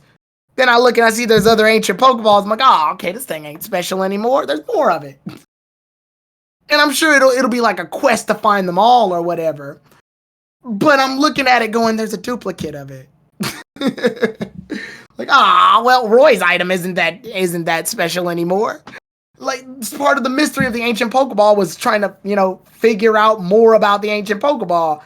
Now it's just like, it's just that thing that every giant Pokemon's probably going to wind up having at this point, and he's got to collect them all. Like, it's a fetch quest, and I don't mind the fetch quest, but it does lower the status of the ancient Pokeball, because I thought there was more to it. Now it's like, it just carried Rayquaza in it. To be fair, I think the more of the novelty now is the Pokemon that was inside his ball as opposed to it was the Rayquaza, yeah. Yes, so that's I mean we even knew that right even from the pre-special that aired like 2 weeks before the first episode aired, that the Black Rayquaza was going to be a major plot point to this series. Right. So in that regard, it doesn't devalue that specific ball, because we knew that. I will say that because I like the idea that Roy and Liko both had their own individual, unique, no other duplicate items. Like Liko has her pendant. There is no other person in the world with that pendant. Unless they wind up later and we see 3 weeks from now, there's like 5 motherfuckers with the same damn pendant. But I doubt that. I hope not, at least. No. Jesus Christ. But that's what gained it its individuality. This was the only character with this item. You'll never see another character with that item except that person. Well, now that's not the case. There's a bunch of people with ancient Pokeballs now. They're all over. Well, technically, it's not a person because a Pokemon just. Well, I'm saying, I'm sure there's going to be another character with one. Like, I'm not doubting that. If there's more than one, that means there's more than one. So that means, obviously, the question is going to be, well, what's the connection it has to the pendant? Why are there multiple of them? Blah blah blah. But it was always like considering focusing that one item to Roy. Like, that's Roy's thing. That's his item. That's his treasure. That's something that I can associate with him. Well, now I can't do that. There's another one that belongs to our believer. I don't know. That's just how I see it right now. Obviously, there's still more, so we don't know. But it's something that I looked at, and that was my first initial thought when I looked at it. Obviously, the subject is due to change. But yeah. So other than that, episode kind of ends on I wouldn't say a bad note. It's just an awkward one. Like, it's a to be continued to continue it on to the next, and that's cool for chronological order. But I want to say it felt like the episode got cut a little short. How about y'all? It felt like this episode felt shorter than it needed to be to me. I can't put my finger on it. I think it's because of the fact that the plot line wasn't complete in one episode that they just decided to save it for the next one. Honestly, that's what it felt like for me. Yeah. As far as scores go, I'll go ahead and give it I'll probably get about a 6.5, maybe a 7. Yeah, I'll give it a 7. It'll crawl to a 7. Just because we got some of that Molly stuff. Kind of wish they waited on that, though. We didn't need it right now, I think. And she obviously keeps some of it a secret. But I wish we had just gotten her healing the Wooper and saying that, like, hey, the reason I became a part of the Rising Volt Tacklers was to heal Pokemon in all areas. She didn't need to go into, like, her backstory just yet. I think that's something that Liko could have asked, and Molly could have, like, been focused on healing Wooper, then just kept it going. And then we could have had that held up to us a little bit longer. But she kind of, like... Any theories you had of Molly being an ex-Pokemon nurse, they kind of get confirmed here. They kind of get confirmed. At this point, they spilled that shit. One of the things I love about fan theories is that the fans can hold them as long until the series decides to finally tackle them. Here, we had that theory for about 2 weeks, and then they finally solved it in 2 weeks. So that was fun for a while. Actually, technically 8. Yeah, well, I started hearing more of the rumors about it 2 weeks prior, but from the community. But yeah, that goes without saying. I'd give it a decent 7 out of 10. It's doing its job, like the boss battle and stuff like that. Kind of wish we got a little bit more Nimona. It would have actually really been cool to see Nimona, Liko, and Roy battle, or I believe at once, like a 3v1 team type situation. Wasn't it just simply, yo, what's up? Here I am. Bye. They're like, Yeah, it's the most. Nimona has been piss poor in her 2 episodes. To me, like, what the fuck? Even in the episode she made her debut in, I didn't really get much out of her. I felt like her spot could have been solved by anybody else. Oh, it could have. Yeah, 100%. Yeah. But go ahead, TSS. All right. So first of all, once again, so we agree that it's a decent episode. So Yeah. let's first get started. First of all, shout out to at about the 4-minute mark or so. We get a TV Tokyo stock Stinger music synthesizer that was used in Advanced Generation. That's the scene where everybody in Nimona look at the vast wasteland killed, destroyed by the fire.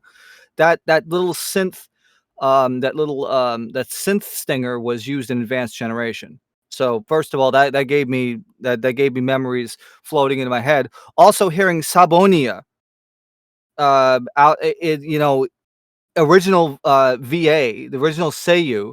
I was thinking I was watching Advanced Generation because everybody knows, Kojiro Sabonia is a pretty iconic character, and I liked that. I like the fact that I was able to hear it in the anime again, and it's the same fucking voice. So awesome there. I didn't think that the Liko and Dot kind of thing. I understand why they're doing it. They're doing it to have to have a running gag, and I didn't really find it offensive. I mean, like I said, you gotta appease to the 6-year-olds watching. And honestly, and if we get further into the episode as well, so Nimona leaving, that's fine. I have no issues with that either. To be honest, her character technically is she's already the champion. So she does not parallel to the video game technically in the beginning stages. She's already established. That was established. She's the champion in the video game too. Yeah, but that was done later. That was no. When you start the game, she's a champion. She just uses a new team. That's all. Okay, then I'm misremembered because it's been freaking crazy time since I freaking played that mess of a game. Yeah. So in any case, champion rank, because you know why? Because everybody's saying things. Okay, see, that's why I wasn't here in like a freaking week ago because I didn't watch the episode again. Like I said, I should watch it twice. This one, I didn't need to watch it twice because I understood it. First of all, this is a very dialogue-heavy episode. And it actually, getting in the Molly story side, you have the other ship crew also talking about that stuff, and also Oreo kind of almost almost spills the beans to everybody else, and I think that's going to, and judging from what I've seen in the preview, it sets a purpose perfectly for the next episode. So let's get to the other things. So yeah, the Whooper thing was weird because, like I said, I was just I was listening to the Dex entry and it was like, wait a minute, this is poison and she's touching it. Poison, okay, whatever. I guess. Well, if you want to take the weird way out, it's like, okay, the poison probably isn't as strong since the Pokemon is sick or something like that. You could probably argue that specific point. But then can I come in on the poison for a second, TSS? Yes, just because I want to point this out, and sure. I think you know this too. Yes. Poison comes in various different effects, by the way. I think the problem is that when in video games and in anime, when we associate something with poison, we typically associate it with, oh, it's gonna drain your health enough to the point where you pass the fuck out. Poison and venomous, as Koro said, can do anything from numb your hand to make you vomit and die. It can do a bunch of different shit. There's literally venoms that make you blind. Yes. Yeah. So they have different effects, but go ahead, TSS. Okay. So, another thing I want to mention too is that Tyrone mentioned about the boss battle, how Liko and Roy are working together. What I really liked was that Liko was told Roy that don't use Ember, otherwise it's going to cause another fire. I like that because it's her pointing out to Roy, okay, don't go head on and just fucking spam the fuck out of fire moves because you're gonna end up like destroying the forest again. They did that with Charizard and Friede in one episode, didn't they? Uh, I think it was episode 4. Yeah, it was 4, but in this case, it was like, but this is Liko talking to Roy, and I'm talking about the chemistry between them, and you can see that there, and that's why they use Stomp instead. Um, this is the kind of interactions where I like to see. You really start to see them mesh together really well in battling, even though they aren't strong enough to take on that boss Pokemon, completely. Um, they just want to serve as a distraction, as Tyrone mentioned.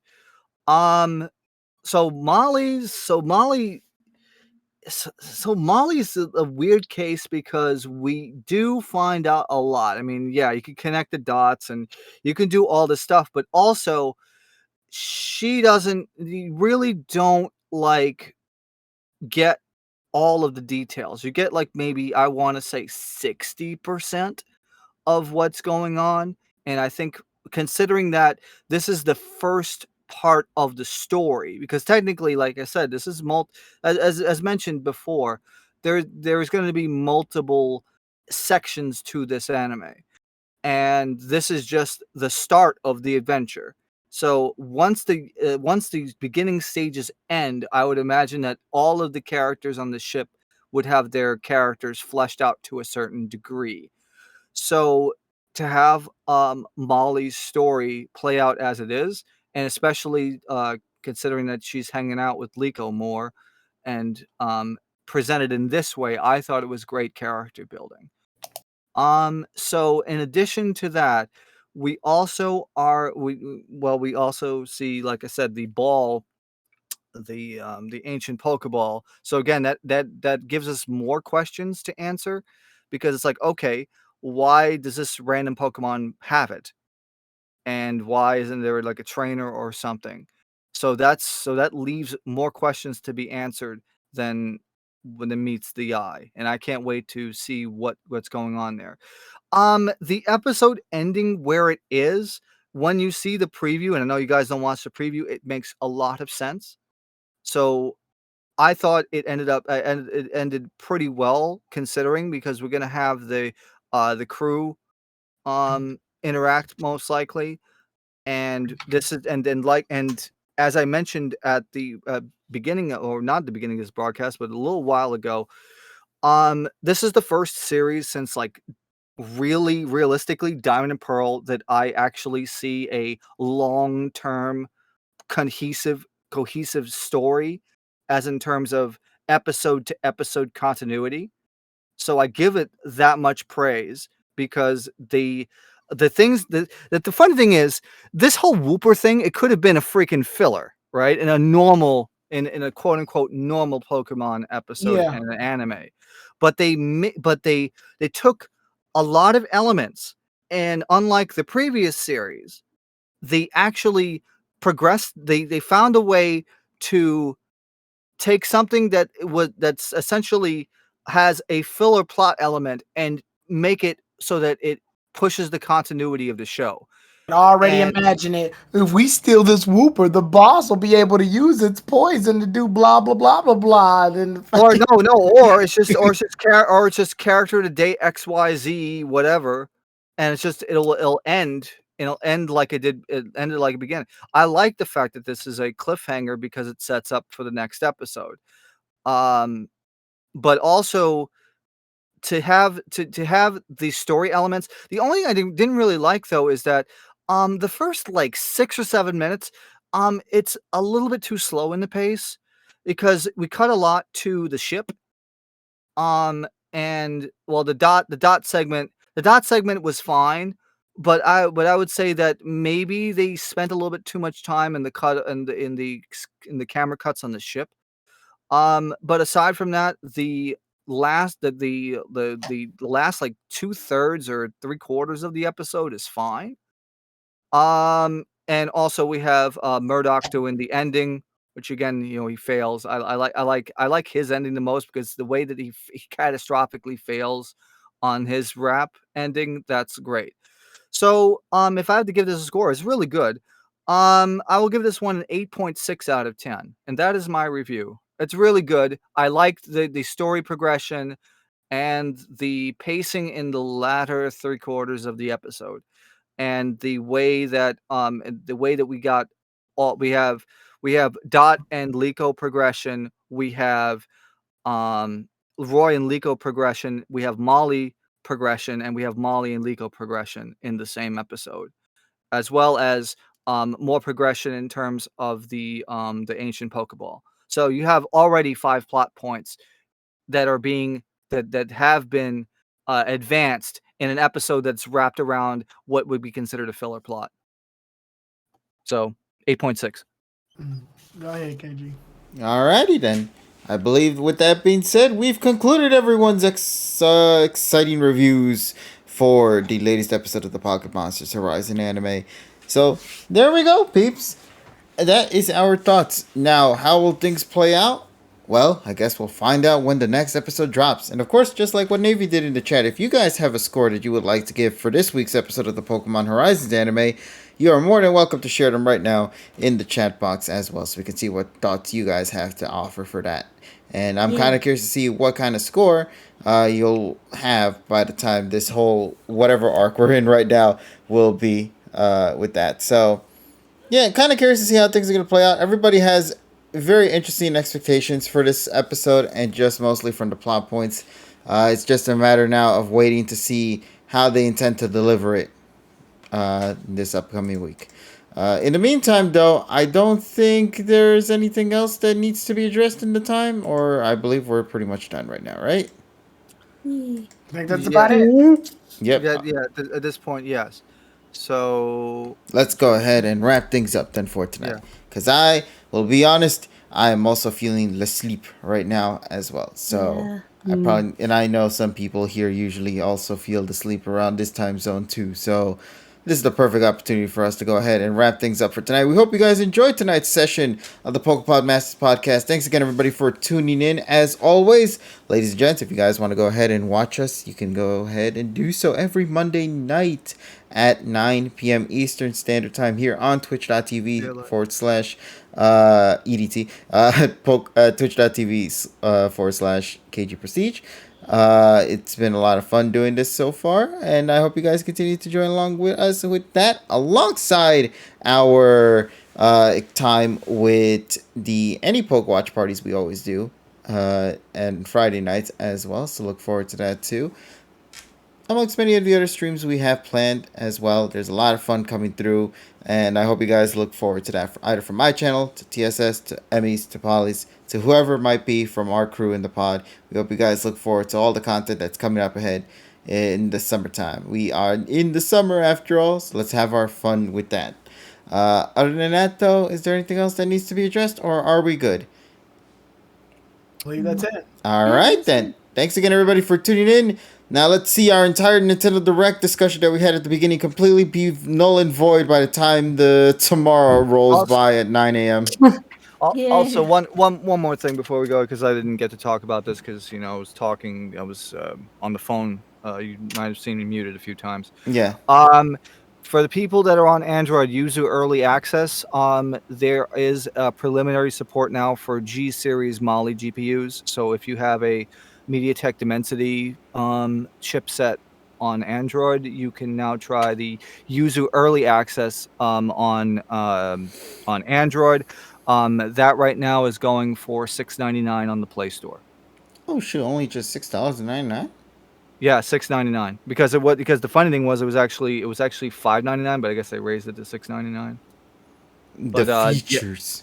you do. Yeah, you do get a lot of value add because you get early access to features that will trickle down the main line either in a couple of days after, or a couple of weeks after. Mm-hmm. So if you have if you have an Android 11 or higher device with a Mali GPU, like a MediaTek Dimensity, as I said, you can now run the Yuzu Switch emulator in the early access build. So go and get that. All right. Well, there you go. With that being said, ladies and gents, let's go ahead and wrap things up for tonight. My name is KG Prestige. Here I have my buddies here, Tyrone, TSS, Emily, and Polly over here. We hope you guys enjoyed our session for tonight. Ty says there's a Switch survey out right now that anyone could take. Probably a good time to voice opinions. Check out the news on the Switch. Where is this? Out of curiosity. There's a survey. Where's the survey, damn it? Yes. But in the meantime, though, we'll do the survey when the time shows up in our feed. But yeah, we're going to wrap it up. Thanks again for tuning in. We hope you guys enjoyed. Look forward to more silly shenanigans in the coming days. And Elementals was a good movie. I'll give it a 7 out of 10. I went to go ahead and watch that. So yeah, and the sad part is it only made like 12 million, less than 12 million on its first day, which makes it the worst Pixar opening day ever. I think that the film said it was expected to only hit 9 million, so it did technically go higher than what it was going for. Bad? Yeah, but Damn. No, I'm saying you watched it, didn't you? yeah. Was it bad? No, it's just that You didn't. I mean, KG, you really didn't talk about it at all. No, Like, I never did. Normally, when you like a Disney Pixar movie, you bring it up. You didn't even bring this up. Well, to be fair, there was no room in tonight's session to talk about it. KG, just say it was bad, man. No. It was not bad. It was okay. You know what it is? You forced us to watch Puss in Boots. Dude, I forced you guys to watch peak fiction, okay? All right. I am putting you. Okay, let me. You know what? I think the best way to say it like this. Just say it was bad. No. It's not a bad movie, but for Pixar standards, it's bad. That's bad to me. That's bad. Just say it's bad. It's not a bad movie. It's a painfully average movie with a decent plot and a really unique gimmick. And once again, one of the prettiest visuals for the lands. But I cannot deny that for Pixar standards, you definitely will feel disappointed. This movie was doo-doo. Like, just say that. No, I can't though, because there were good beats about this movie that was good. Like, it has that Pixar charm in it. But man, I wish the whole movie was like that. Okay. Also, one more thing, because I just remember like looking through my Twitter tab here. So Sonic Origins Plus leaked, and the sound emulation on Sonic on the Game Gear is ass. Wow.